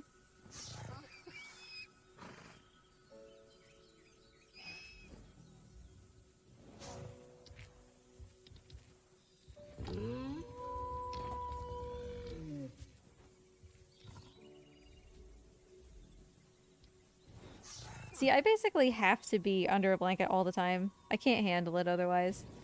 It's 72 degrees in our house right now, and I'm really trying to push that down to 71. Like, I'm trying to acclimate myself to 71, it's just really hard.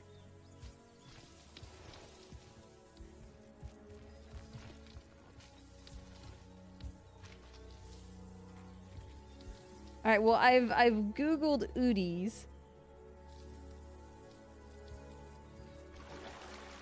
And now we shall see.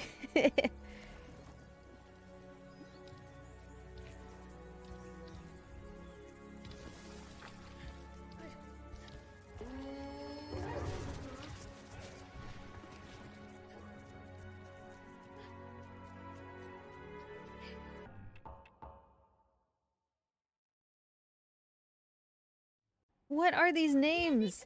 Comfy? Slanket? What is this?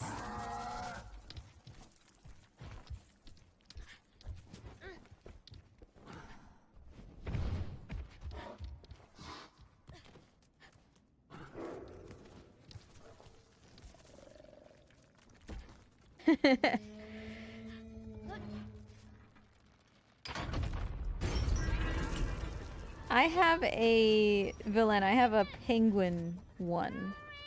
I'm pretty sure. I haven't taken it out in a while.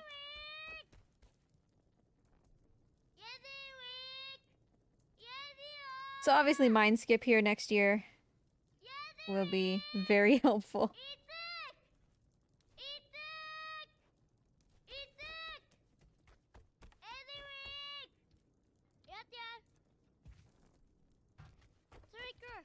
Yeah, like this is so much time that we now know how to avoid. And it's weird because like I tried for a long time to do what ended up being mind skip and I don't know.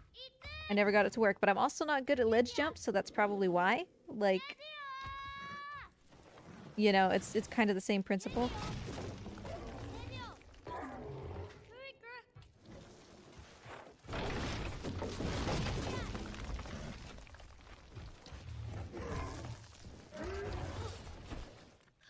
Well, that could have been better. I thought that I fixed that, but I suppose not. No well. See, like, what are these splits? I don't...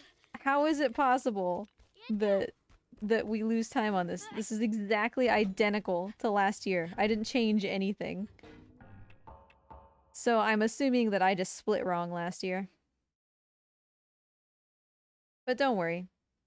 A lot of the big stuff has not happened yet, so... Like, a lot.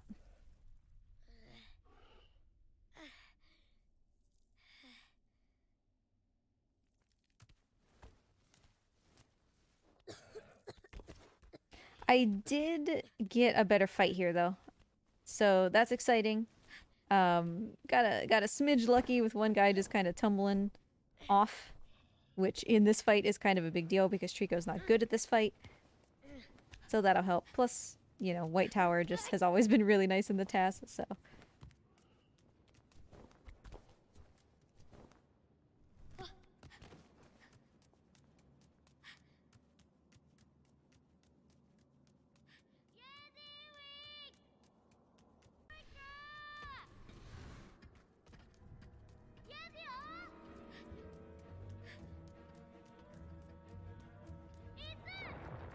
So you really only have to go back to a very specific spot on the floor to get Trico to wake up there. I was trying to knock these guys over, but... Oh, I totally didn't split. This fight just sucks. In general, this fight just really sucks. So getting rid of that guy, helpful.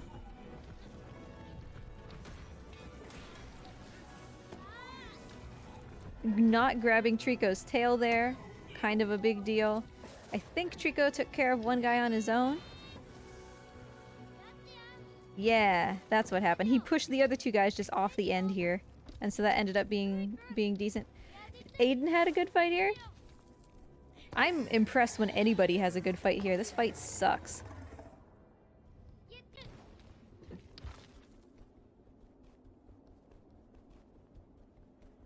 If yours is better than mine, Aiden, by all means, send it to me and I'll put it in the task for next year.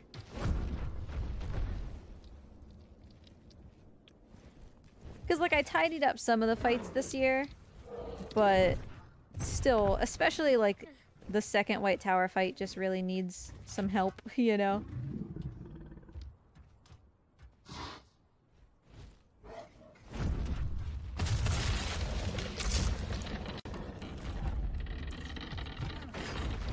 So I'm pretty sure this run is new.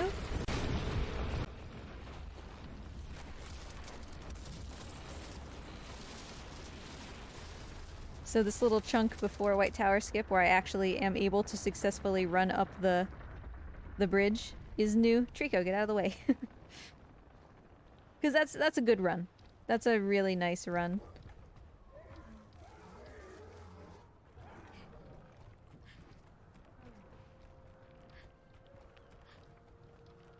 And obviously White Tower skip, I worked for a long time to get a task-worthy White Tower skip. And it's not even the way that we do it, it's jump across, which... Some people do jump across, but most people do the straight jump.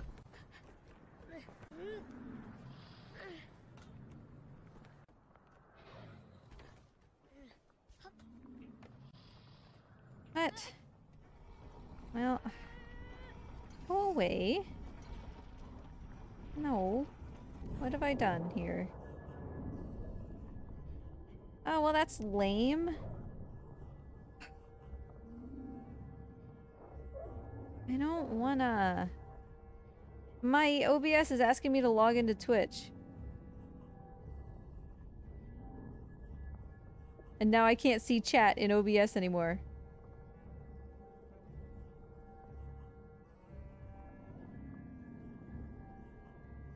Well, that's dumb. I'm very grumpy now.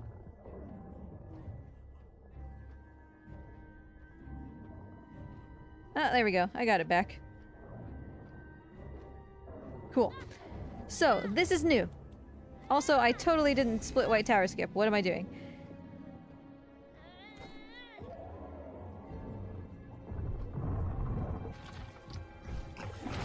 Bam. Okay. So this is new. Also super, super risky. Another time where I died a lot. And it can still be better. I did this for like 3 weeks. And I know that it can be better. I just couldn't get it to happen. So super, super specific movement throughout this cutscene. And the whole thing that follows. Very specific movement. Controls. Once Trico passes this point in the bridge, controls are flipped. So up is no longer up. Which makes it even harder to make sure that you're in the right spot.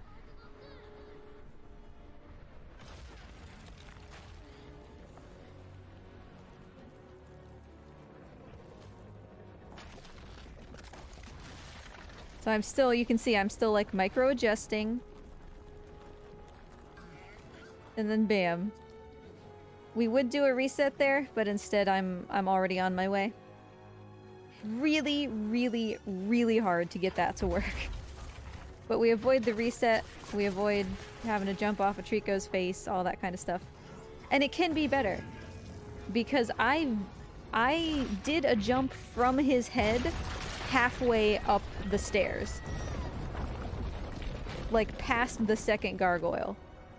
But I grabbed the ledge instead of actually like landing. And so that ended up being slower. But I know that you can make it that far, and had I just adjusted myself a little bit differently, I would have just landed and it would have been fine. So I know that it can be better. I could not get it in the time that I had.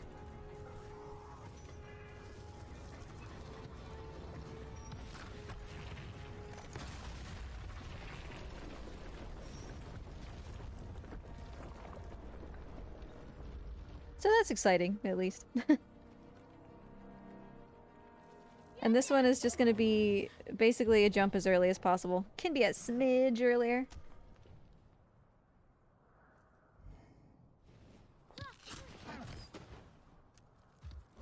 Boy, my splits are really making me feel pressured here. Like, we still have multiple minutes until we get there. Calm down.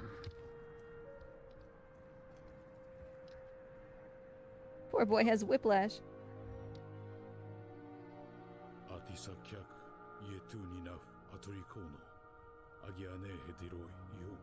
Yeah, like really in comparison, putting together the TAS this year was much easier, obviously, than the original. Because the original took a couple years. But now that we have the base... Although a lot of the base is going to get shredded, to be honest. This next year, a lot of the base is going to get shredded because the route is a bit different now. Aiden! Guess what's gonna happen?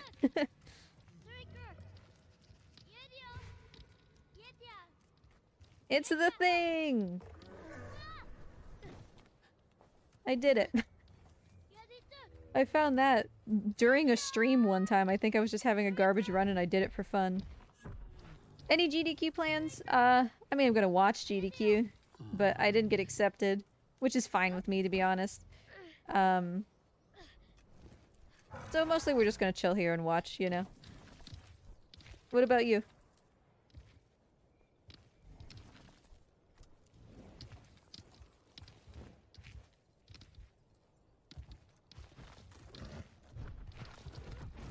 Get him to fly. And then we have just a nice, clean jump right off of his head. That lets us keep going. The fight is basically the same.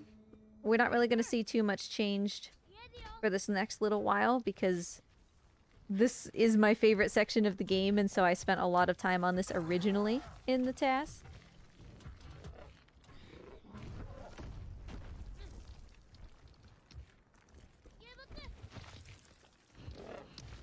But good response from Trico there.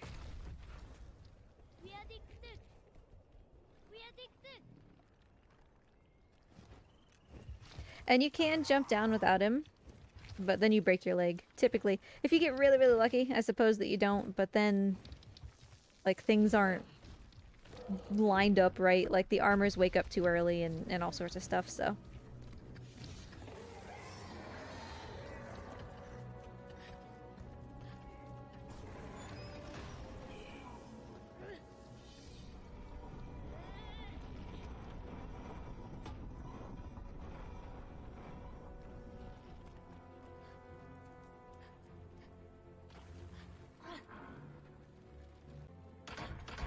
No, I didn't... This, like I said, these are taken from any percent splits, so I didn't do the chain jump thing.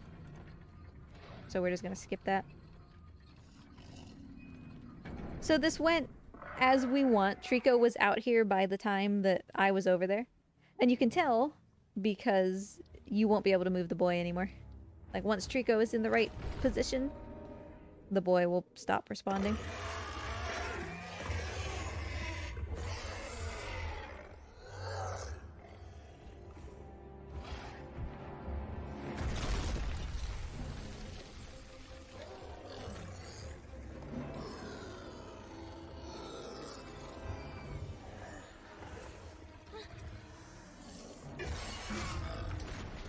I love this section so much.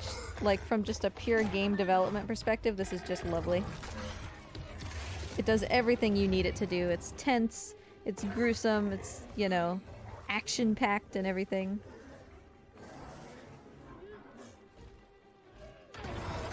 Do not do this in any percent. It's not RTA viable. Grabbing her leg like that.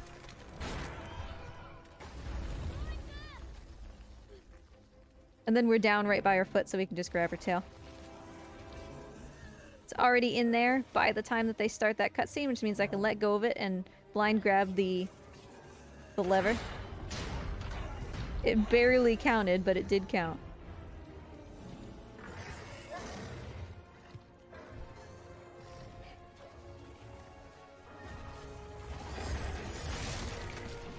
Well, ignore me with the splits again. So we're down here. The leg jump is not new, but I think it honestly can be even better, if I'm being real. I promise you we are not losing time. I don't know why it thinks that we are. Probably just because last year I sucked at splitting at the right time.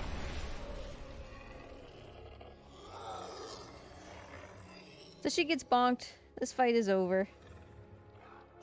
In basically the most ideal way possible. Like, the only way that I would say you could improve that leg jump thing, the actual... Yeah, the leg jump is really hard. But I think the only way that I would improve it is I got shaken around a lot when she finally put her foot down. And I think that if you run that enough times, right? Like, if you just do it over and over again, eventually you'll get lucky enough that she'll just, like, slam you into the ground and then you can stand up. Or something. Or, actually, you know what you probably could do? Is, right before she hits the ground, let go with the boy. And he'll fly through the air and land over by her tail. Without breaking his leg, as long as you do it when you're low enough. But you have, like... That entire fall takes like 0.7 seconds or something, so you don't have a lot of time to adjust for that, but I bet that that could work.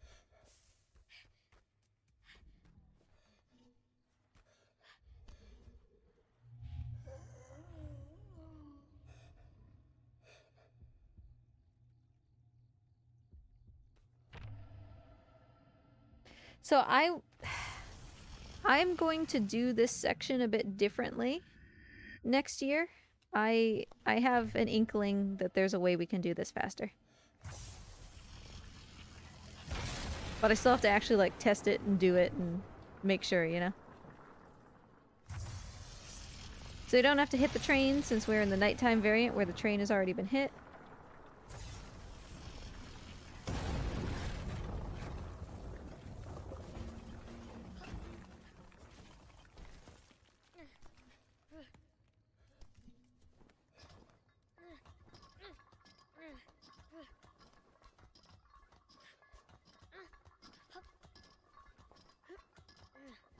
Now, if only somebody could figure out a way to get Trico to not put his head down in between these barrels. That would be a huge deal.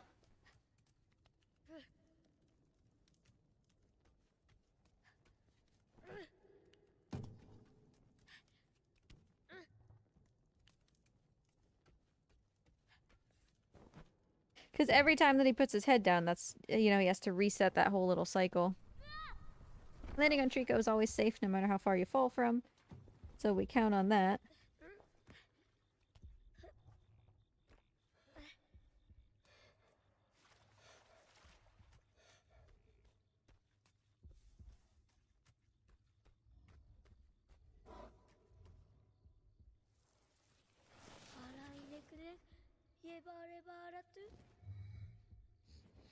So yeah, he's gonna eat the barrel. And then he's gonna put his head back down. Yeah, and that's an important thing to note, Walter. Like, I could have done this better by doing basically as you said. Like, he spends so long with his head on the ground that that's when you have time to go and get the other ones. Mostly it just happened to be that this was all like one continuous segment, and I wanted to try to preserve it that way. But since I have ideas about how to make this faster aside from the barrels, I think I'll just like shove it all into one thing, right? Into another new continuous segment. And then we can tackle all those problems kind of at once.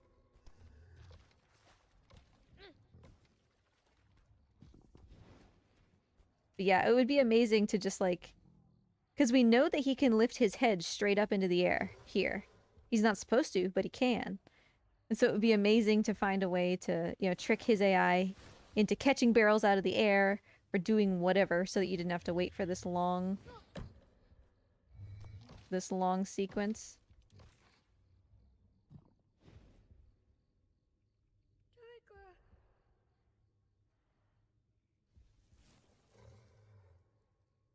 Does he always sound that way when he says Trico? Because like I say, I don't usually play with sound on. I feel like that sounded different than what I expected.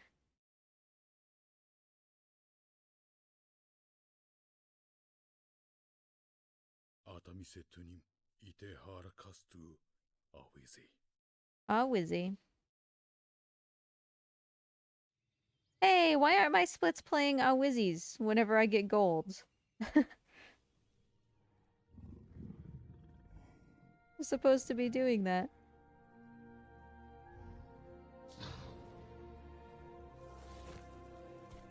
Okay, so in my folder of TAS videos, starting here is the final chunk. So from here to the end of the game is one, like, subset, right, of thingies.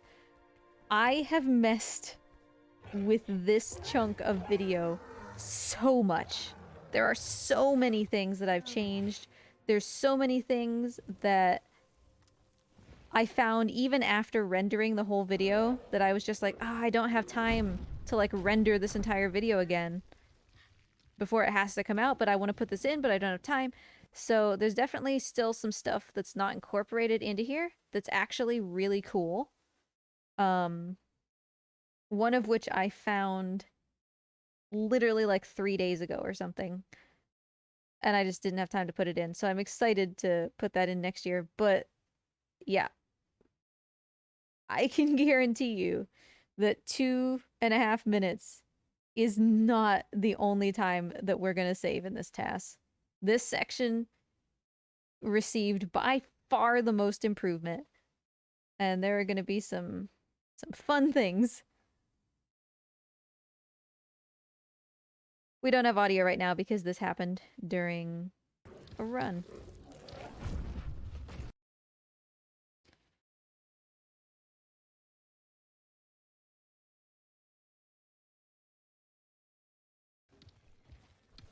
Yeah, the stuff that happens in this section of the game, I don't know if Sancho is still here, but Sancho is the person who checks my my TAS to make sure like the video looks fine and stuff.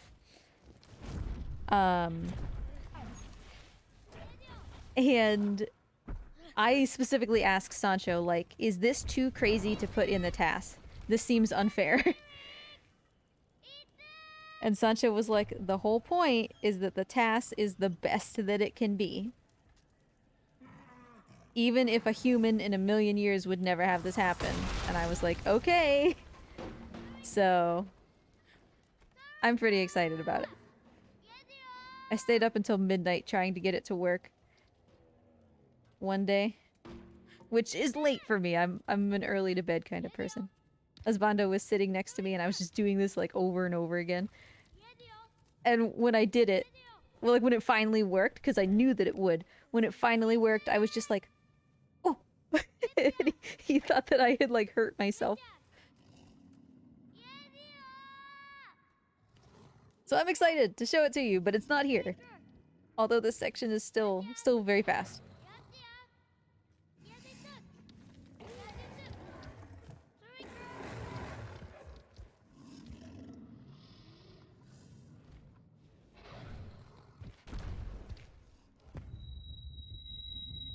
So you can actually be standing too far forward to get Trico to come down. If you stand right next to this thing he needs to explode before he comes down, it takes him longer to come down. So where I'm standing is kind of very intentional.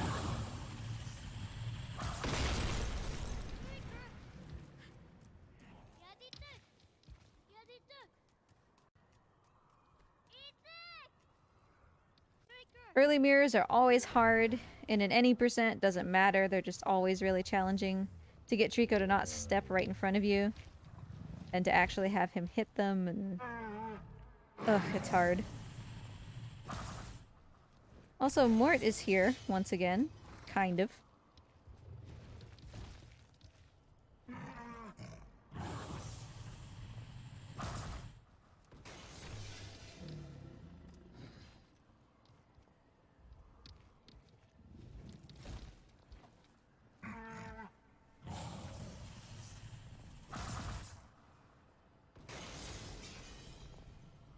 And this one's like starting to rotate a little bit because of the force from the other one. Trico also didn't do any audio cues that he was even going to shoot there.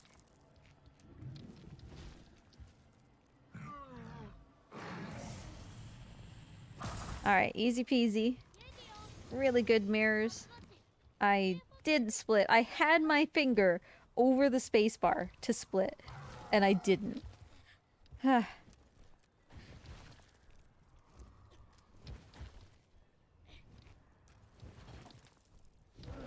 I mean, it would have been exactly the same. It would have still been 233 because I didn't change anything there. So it would have been the same anyway. This should be a smidge different, I believe. Yes, it will be different. I remember what's different. Unfortunately, I don't think it's anything that we can use for any percent because it seems really inconsistent. Like, best case scenario, it saves you a couple seconds. Worst case scenario, it's stupid long. But we'll get there when we get there. It's one of the things that I really want to improve, and I know exactly how to.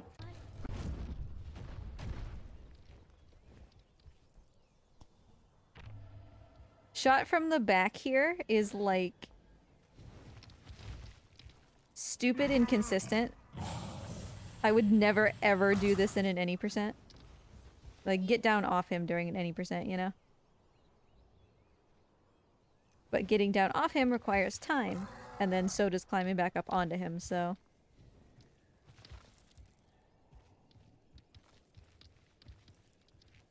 Because when you are on the floor and you tell him to go forward toward this pillar, he goes slower because you're in the way. You're standing in his walking path.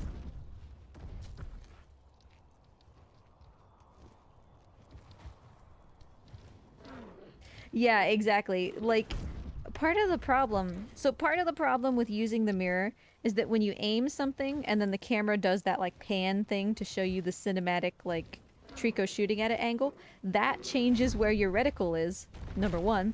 And then number two, the actual act of Trico moving his body to shoot also moves where you're aiming. So it's like, it's the worst to try to keep everything lined up.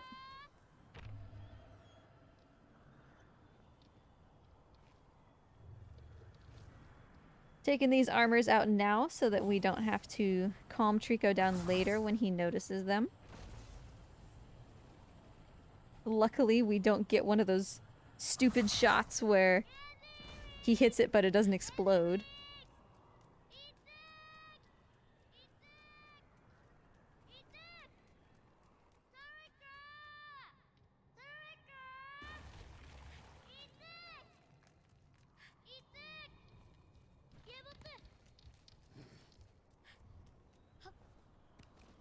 So this part is basically as you expect. This is just a good any %, basically.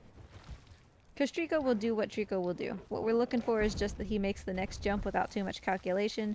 He doesn't get turned around, you know, that kind of thing.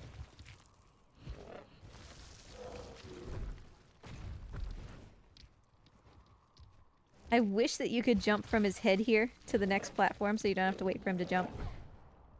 But I'm getting down on his leg so that I can just fall. That could be a better fall, but...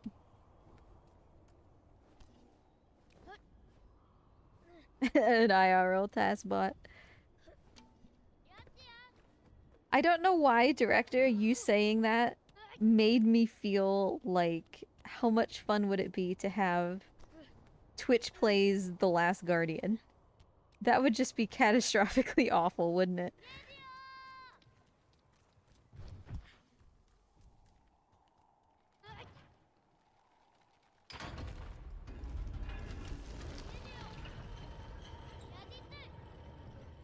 I like that one response was, oh no, and one response was, yes!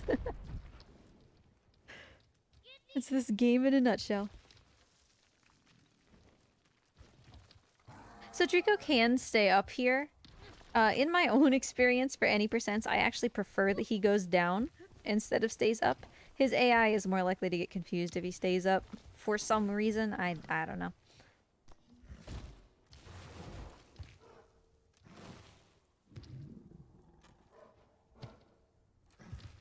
Yeah, I feel like Last Guardian would take a bit longer. So we plop down here on the ground. Normally you're locked to stay on Trico for the entire time that he's struggling like that, but we got around that.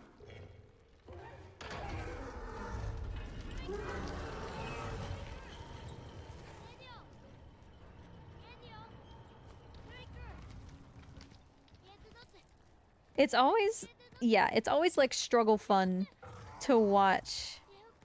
Thanks, Cheville, for hanging out. Have a good dinner. It's always like struggle fun to watch people play Last Guardian for the first time. Because, like, obviously, everything seems so obvious to me. You know, they're like, where do I go? And I'm like, oh my god, it's the only place that you can go. You know? But it's not that easy. It's not that easy. And I was exactly the same way when I played for the first time, you know? So it's like a pleasant struggle watching people play for the first time and get lost and get frustrated. Because it's part of the experience. And I'm sure people feel the same way when they watch me play games for the first time. Or like when I speedrun Shadow of the Colossus, I'm sure that all the other runners are like, what are you doing?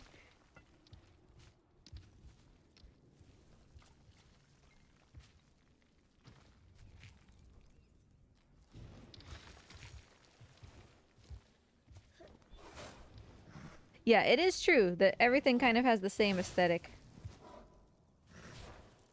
What's the difference between one broken tower and another broken tower, right? Bam! Make sure we're on Trico's head. And we were actually on the flat plane of his head there, so we didn't really have to climb at all in order to be able to jump off. This next bit you can do in an any percent if you feel like risking it. It is very, very lucky and very, very precise to get Trico to not interfere with your beam here. So I would absolutely not recommend this for an any percent, but it is possible if you want. Because you look at how little space you have, right? And if Trico steps in the way of that beam, which he should have done at any point there with his head or wings, you have to start over. It does save a lot of time, yeah. If you can get it to work, it saves all of the time of Trico getting angry, you having to go up there and shoot it, climbing up and down him, like onto his head and stuff.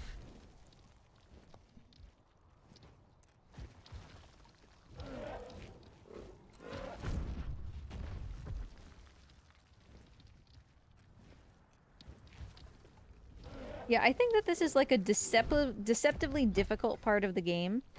Because it's like, oh, it's just platforms and just get Trico to go. Well, yes and no, you know? Like, this is the part of the game that's meant to test how well can you truly control Trico.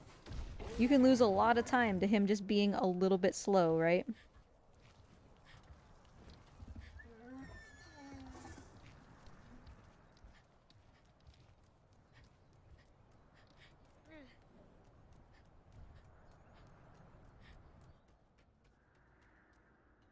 I tried for quite a while to, like, get the boy to squeeze out of this window, just like he does on the other side.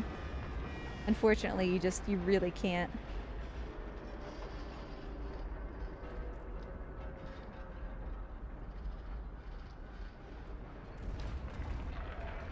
So we're moving during the cutscene. You can't see it, but when the cutscene's over, we'll be essentially out. Yeah, we'll be out of the room. The controls change multiple times during that cutscene, so it's real hard to get out like that. Sometimes during an any percent, if I get really lucky, or like I'm really on point that day, I can end up like next to the door out, but I can never quite get all the way out like that. Let alone get out and then make the turn to start going down the stairs. And to be quite honest, when I got that clip, I don't know what I did. It's too hard to keep track of, like, okay, for the first 2 seconds, like, the controls are this, and then they change to this, and then after, like, 4 seconds, they change to this. It's too difficult to keep track of that, so I just got lucky. I really did. I did what I thought was right, and then one time it was right. And I haven't been able to do it since. I've been able to get close. Sometimes, on stream I'll get decently close, but never quite the same.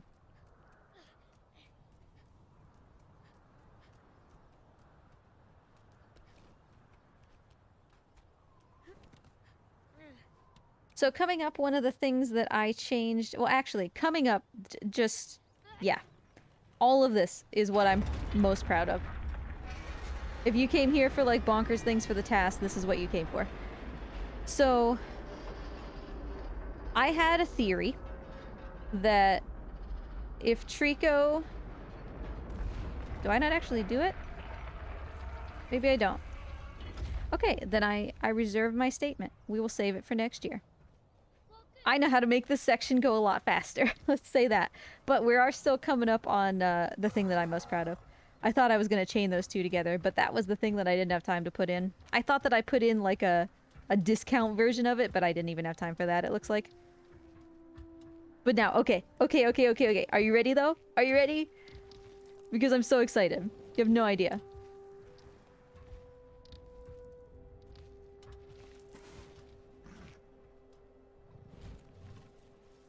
Good try, Ryan.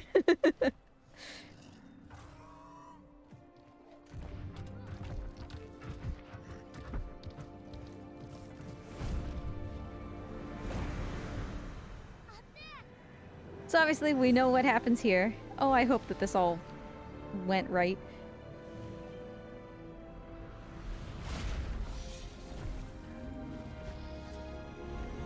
Alright, here we go. Here we go.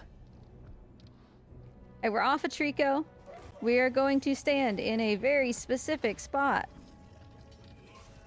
Right over here, by this wall. This guy is gonna grab me.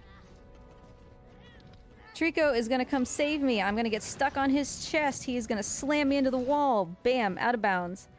We are out of bounds inside the tower. The things you can see in green are the elevator and the helmet slots that we're gonna be dealing with later. There are holes in the floor that you can't see that you'll be able to fall through if you don't know where you're going.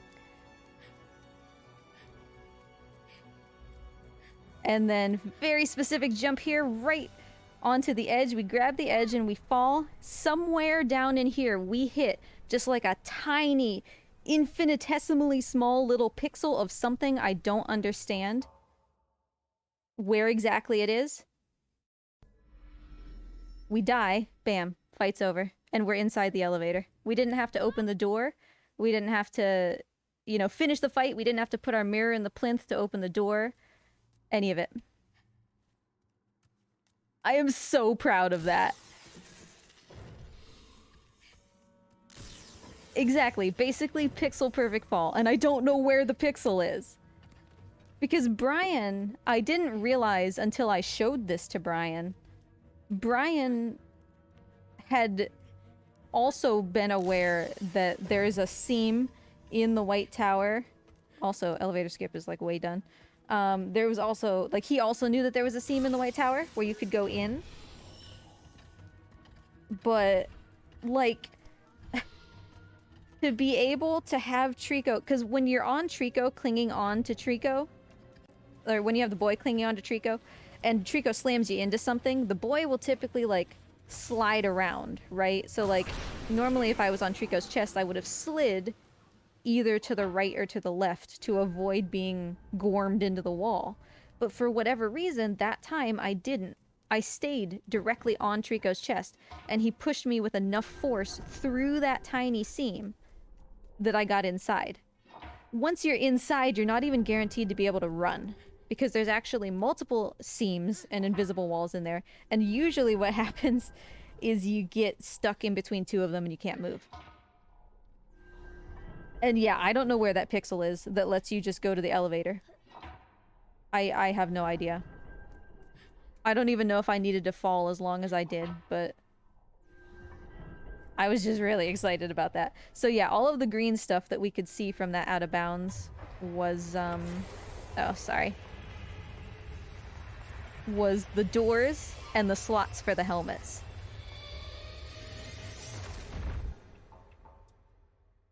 So there you go. There's my time saved for the year.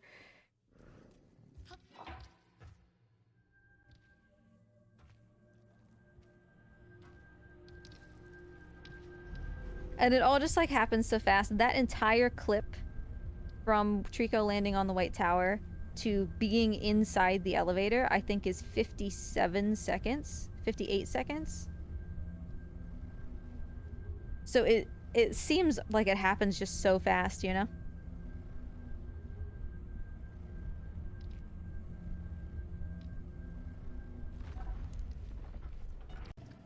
We really need a better fight here, though. Like, this fight is fine, but we could really use a better fight.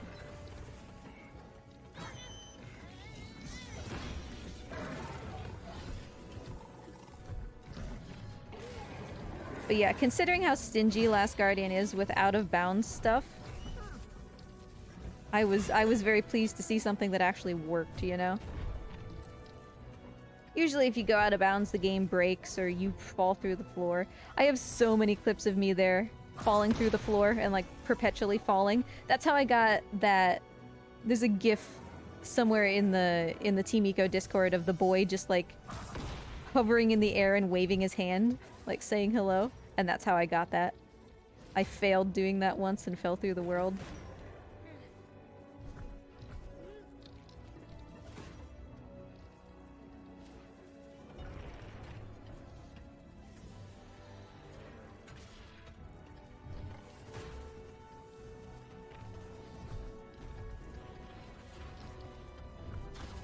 Ooh, that was close.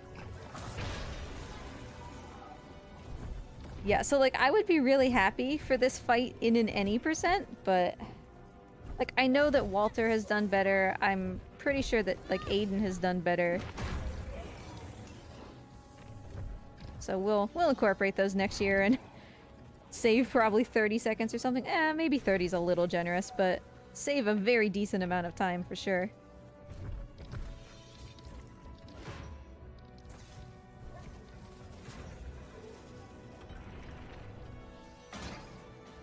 Yeah, this is still from the original TAS, Walter. I gave it a go trying to get a better one, but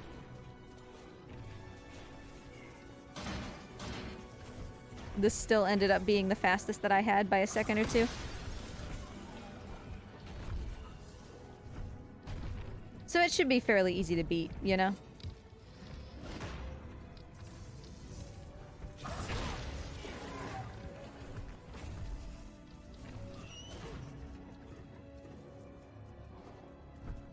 Yeah, I mean, that's fully what I expected. This isn't by any means a spectacular fight.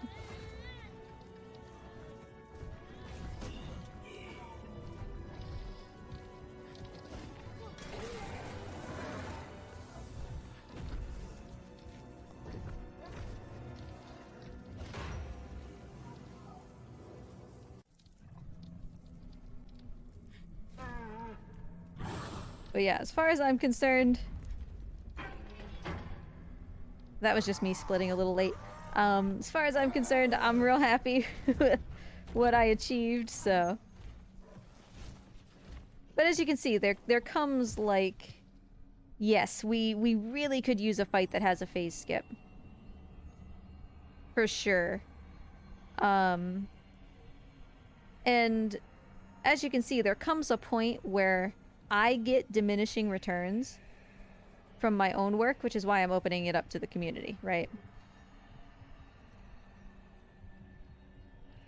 Like, you all are able to find so much more than I can by myself, so...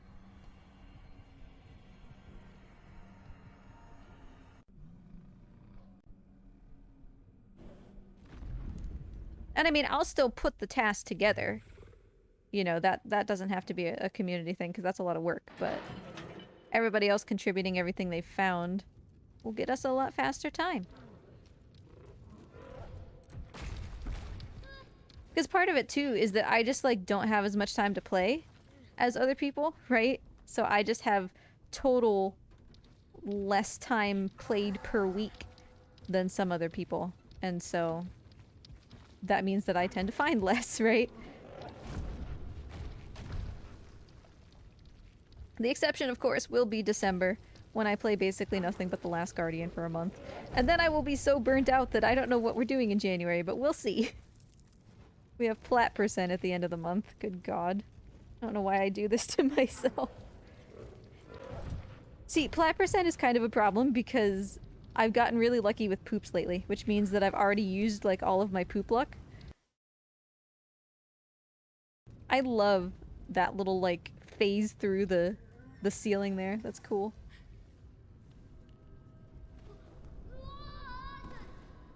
It's only ever happened once, that one time. I think Sancho was the one that took that clip.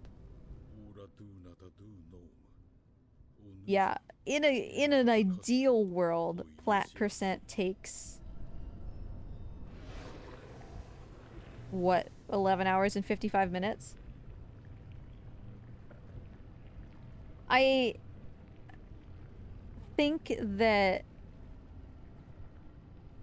I can do it faster. Like, we're actually gonna do something super risky, I think, in plat percent. Because I missed out on intensive care, and I think I know exactly why.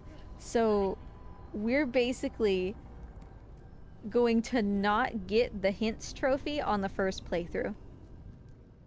Which, if that trophy does not pop exactly where I expect it to in the second playthrough, we're done. Like, that's it. Because there's no way to know what didn't count at that point. But it's gonna be risky, but if we can get it to work the way that I think that it's gonna work, we should be able to save about 5 minutes. Which, over the course of 12 hours, like... You know. But still. Poop is still my biggest concern.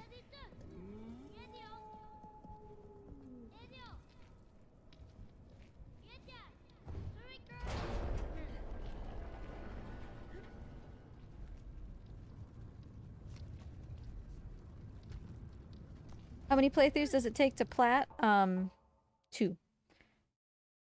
It takes 2 all barrel playthroughs, which is 48 barrels each time for the 96 barrels that you need for the feather painter. I technically start a 3rd playthrough, just because Trico's sitting on the floor and it makes it much easier, like right at the beginning of the game. He's sitting on the floor and it makes it much easier to paint him than it is at the end of the game. So I restart like just for that. But you have to do a minimum of 2 playthroughs. And you can't do hints and Lightning Emissary in the same playthrough, because Lightning Emissary means beating the game in less than 5 hours, and hints, even if every hint triggers as fast as it can, still takes about 7 hours. So you can't do it.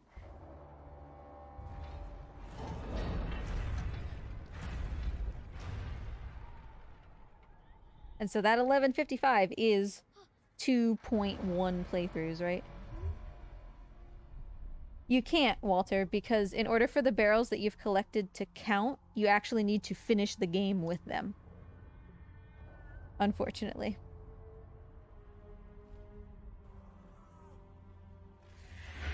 Because I was doing that for a while. I was testing something for poop, and so I kept giving Trico barrels repeatedly. I was doing the 3 and then starting over and doing the 3 and starting over. And after like half an hour, I checked my barrel count and it was at 0, and I was like, what the hell?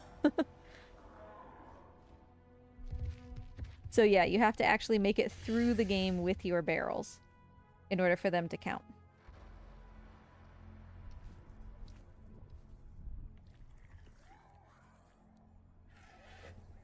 And actually, I'm pretty sure if you do the second playthrough and you get the trophy for getting all the barrels and then you restart your game before you finish, you will be able to finish the game with 48 barrels and still get the trophy.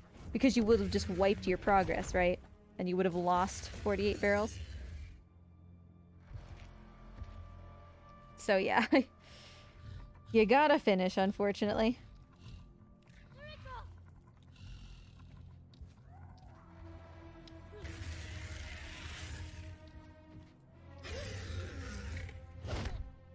Because yeah, otherwise you basically just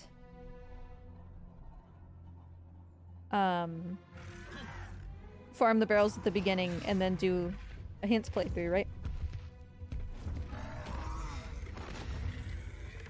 Then it would save you probably an hour.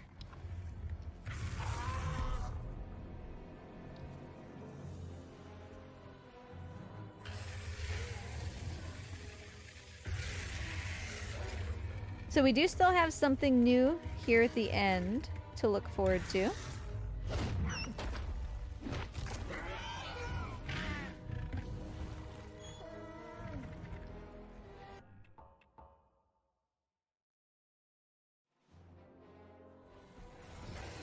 Reset there so that my leg isn't broken anymore.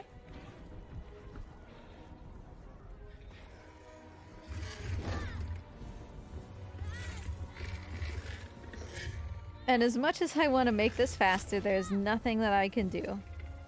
I have not found anything. Ueda himself has expressly said, no, there is no way to make this Trico faster. So let's have a little glide.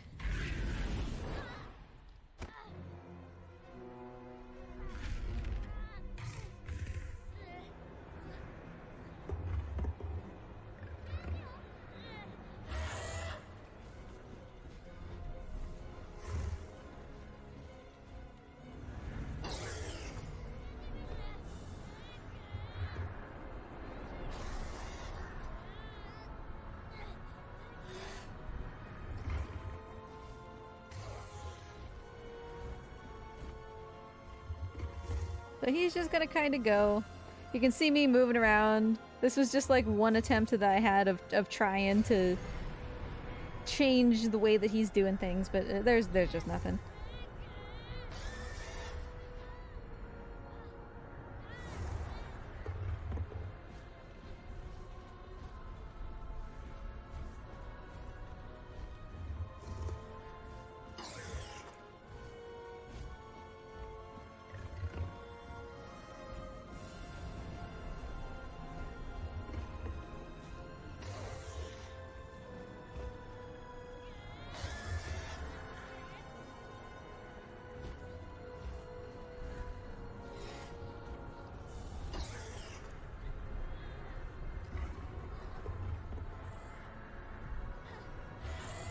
Anytime now.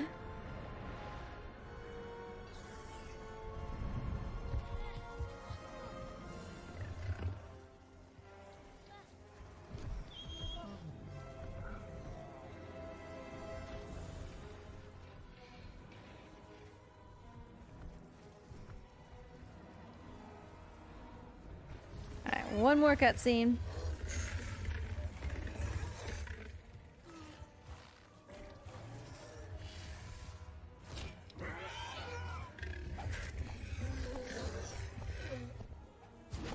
So this actually did not take me nearly as long as I expected to get. Like, I expected to be on this for a decent, like, 3 or 4 days, and I got it within the first hour, which was really nice.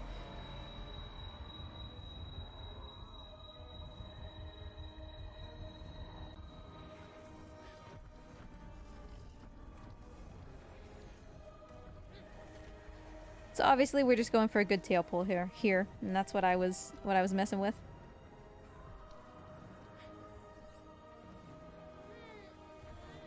Alright, so good pull, goes down immediately. Bam, land on your feet. That's the best you can hope for. You get an immediate pull and you land on your feet. Landing on your feet is super rare. So yeah, a 247. We couldn't quite swing the 246, but that's okay. My goal time was a 250, which we obviously came really close to last year. But now... Oh, I should have like waited a fraction of a second more to split, and then we could have saved 420 right at the end. But... So yeah, like, I shaved an additional 420 off of my run from last year. I hit the 250 goalpost and exceeded it quite handily. And I'm happy with that. Like, I'm really proud of that. But now I've done basically what I wanted to do. And so now it's open to the community. After this stream, I am going to put a spreadsheet in the Team Eco Discord. It's a public spreadsheet, open for anybody who's already in the Discord. And you'll see how it works. It's basically just like if you have a link to you doing something really cool that you think should be in the TAS, there's a place for your link, there's a place for a brief description about what happens in it, and I'll just be like collecting that stuff, and I'll put it into next year's TAS, and we can all work together. Like, I see absolutely no reason why, if we all work together, we wouldn't be able to bring this under 240 for the next TAS. Right? Like, with everything that's changed in any percent, some basic things that we can change in this that were just very simple to fix, like sometimes I kind of flubbed my fingers and had to hit the reset button twice. Like, simple things like that, right? With all of that put together, I don't see why we couldn't get this under a 240. As long as we work together. So, there's a lot of things to add. I'll make the spreadsheet available. And it'll be lots of fun. And we still have a bunch of Treaksmith stuff going on. If you did not see the notification about my Merry Treaksmith Marathon, maybe I should put it as a panel underneath my stream. Thank you, Ryan, and thanks for the GGs, everybody. Let me actually pull up my Merry Treaksmith. Oh, Catsy! I see you, even though it hasn't, like, triggered yet. Where's my little doot-to-do? It didn't play my doot-to-do, Catsy. I'm sorry. But hello. Thanks for the raid. We have just finished up, a Last Guardian Theory TAS. So, theoretically, the lowest time that has ever been achieved in Last Guardian any percent is now a 247.02. Let me get my Merry Treaksmith here. Here it is. Alright. You know, I'm actually going to just link you to the tweet so that y'all can see it if you want to keep hanging out. Thanks for hopping over, Catsy. I hope that you get everything figured out. It's nice to see y'all. Hope you're all having a good day. So yeah, here's this tweet. As you can see, today was the TAS reveal. Next Tuesday, I believe that is, I am going to be playing The Last Guardian with Barry. We're going to be going for kind of a fast casual thing. Trying to teach Barry how to speedrun The Last Guardian, so that I should be live for a large portion of the day there. Because even just a really, really fast any percent is still going to be longer than 3 hours, so we should be here for a decent amount of time. The 12 Days of Treaksmas next Thursday, I have a list of things. Thanks, I'm glad you like the follower emotes. Mort is not being very social today, but he is down there. So next Thursday, 12 Days of Treaksmas, we've got some challenges to complete inside the game, a la the 12 Days of Christmas. Like, you know, a certain number of barrels balanced, a certain number of armors grabbed onto, things like that. We're gonna try to finish that as fast as possible. December 14th, we've got a Tricofecta. That's all 3 Team Eco games in a row. I'm gonna start with Shadow the Colossus, then move immediately to Eco, and then Last Guardian, all as one big long speedrun. That should take probably like 8 hours. December 17th, we got a big community race. Bunch of people are gonna be racing Last Guardian any percent. I'm probably gonna lose, but you know, that's okay. December 21st, chat plays Last Guardian. We are all gonna hang out. I'm gonna change my chat point redemption so that you can do things like make me pet Trico, you know, make me jump off a cliff, whatever. Try to change my game so you'll kind of play it with me. And then December 28th, we got that platinum percent. That should take about 12 hours. I am going to try to get the platinum trophy from a brand new save file. Oh boy. So we got all sorts of stuff going for Treaksmas here. And it's all up in that Twitter link that I shared. Thanks for the follows, everybody. Why are my alerts not playing? I don't like that my alerts aren't playing.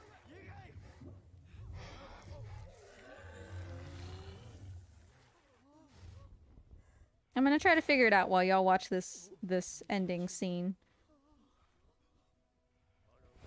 Because I didn't get an alert for Catsy's lovely raid. Here.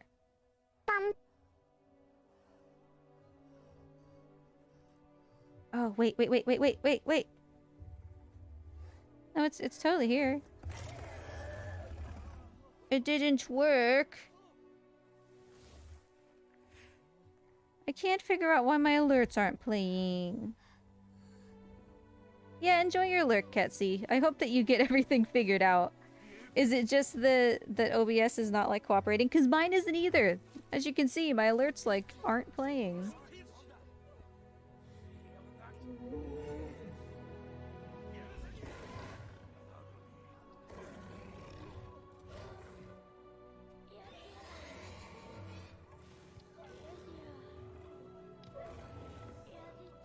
No, it's like, it's showing, like, I'm following myself, right?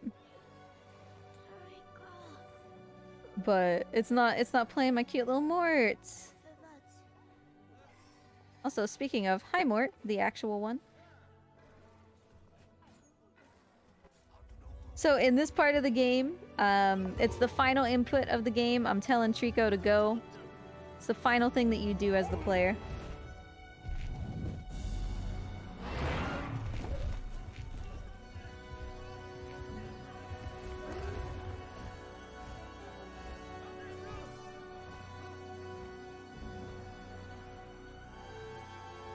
I'm gonna keep messing with the follower alerts until I can maybe get them to work.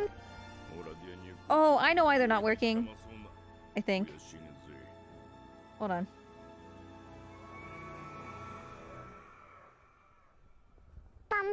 Yay! They're still not making noise for some reason, but... Hey, at least they show up now.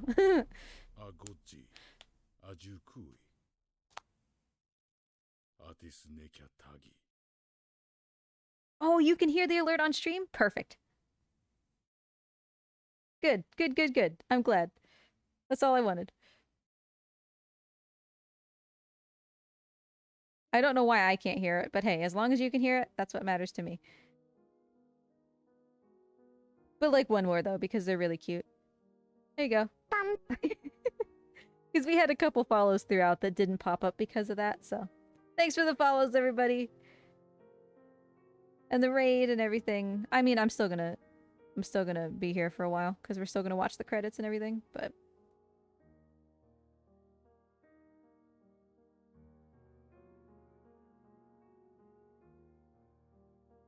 Makes me look like a narcissist that my follower list is just composed of me.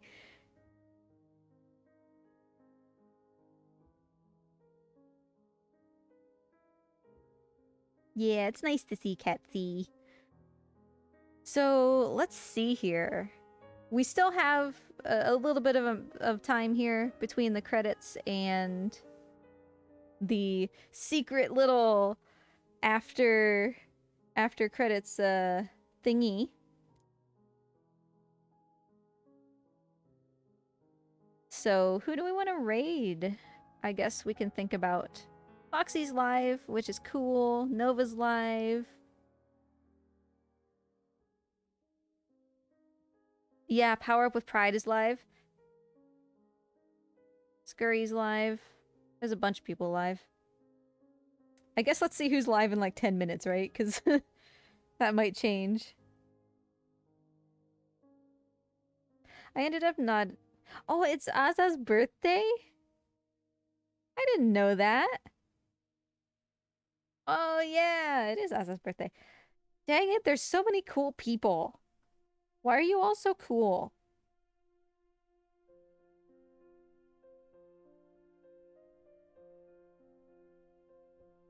So yeah, Shade Strike, I think it was you. Thanks for the upgraded Mort snacks. I will get him some... I don't know. I'll think about whether I'm gonna get him some snails or some worms. Some hornworms. But we can give more upgraded snackos on... I suppose on Tuesday, depending on whether or not Barry is coming here or I'm going to Barry for the stream. I'll let y'all know. Because we gotta think about like capturing it and stuff, so... But yeah, I'm sure he'll enjoy them, even though today he was an absolute lazy biscuit. Like, look at this. Look at this. That's Mort sticking out of his cave with his nose almost buried in an egg, and he doesn't care. Also, yes, Ryan, why, like, when I open Stream Elements, it says that I have no stream activity. Like, oh... You know, I bet what it is that I didn't change Stream Elements after Twitch, like, force changed everybody's stream keys. I bet that's what it was. So that's probably why it's not working. But hey. We got, I put biscuits as a follower emote so that as many people could have it as possible.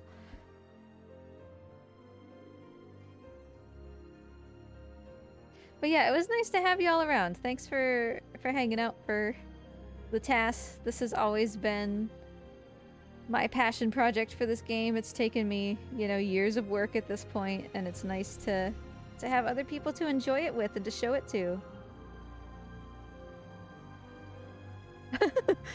Hey Mort, could you take a T-Rex? I guess so. You know what, Mort? I think more of us need to live our life like that, you know? Just like, fake it till you make it. Have some faith in yourself.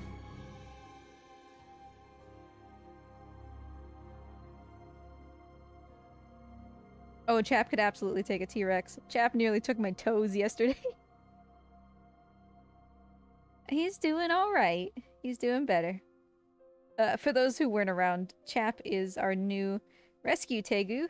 Tegus are very, very big. Chap is exceptionally large. As in, like, almost 5 feet. And he is very, very aggressive, which is why he's a rescue, because nobody wanted him, because he was mean. And that's not his fault, like, he was abused, you know? And we just noticed, because he finally just shed his head. Poor guy, he's got all kinds of scars on his head. But he's doing better. We're working on station training him, so that he doesn't chomp our feet. He goes to his station, and then he gets food. That'll help him learn, like, if he's not at his station, then nothing is food, right? So we'll get there. Ladies dig scars. Ladies dig scars and they dig his big old jowlies, I tell you that. He's got some big jowls.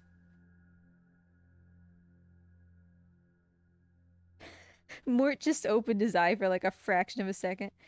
He was just checking things out. And then he was like, ah, whatever. Yeah, we get the nice ending. Nice as in the one that you don't usually get to see. Because like the game's trying to trick you, right? Because this is what the title screen looks like.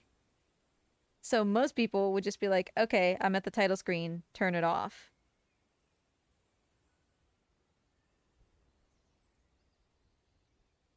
Yeah, Chap has taken to dragging his butt on the ground because he wants everything to smell like him. He's just like pollinating our entire house with his butt smell, which doesn't smell like anything because lizards don't usually smell like much of anything, but he's making sure that everything is his.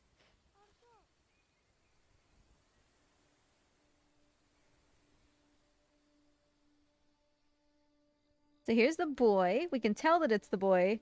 It's actually funny. You can tell that it's the boy because of the tattoos, but in that particular shot, he didn't really have tattoos. Because in the TAS, we never ever got grabbed unless we meant to. And you get more tattoos by being grabbed.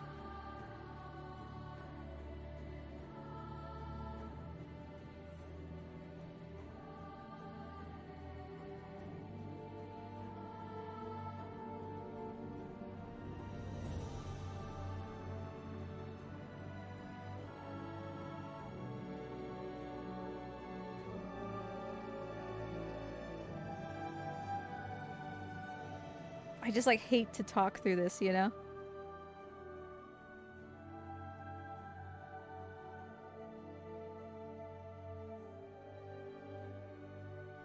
Because I think for most people,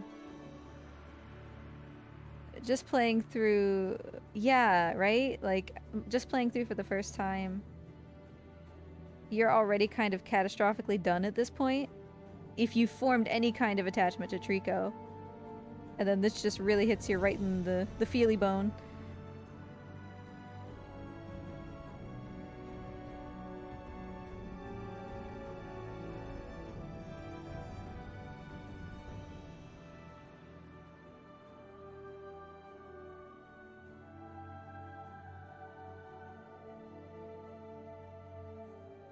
Thanks, Aiden. You're lovely. I'm glad that we have a community with people like you who appreciate this game just as much as I do and, you know, who love it for what it is.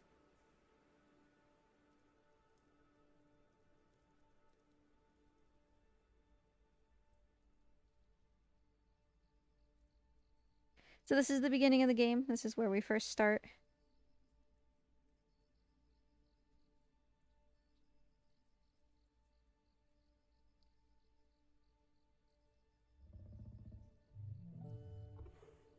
And I made sure to light up Trico's horns there so that you could really see him.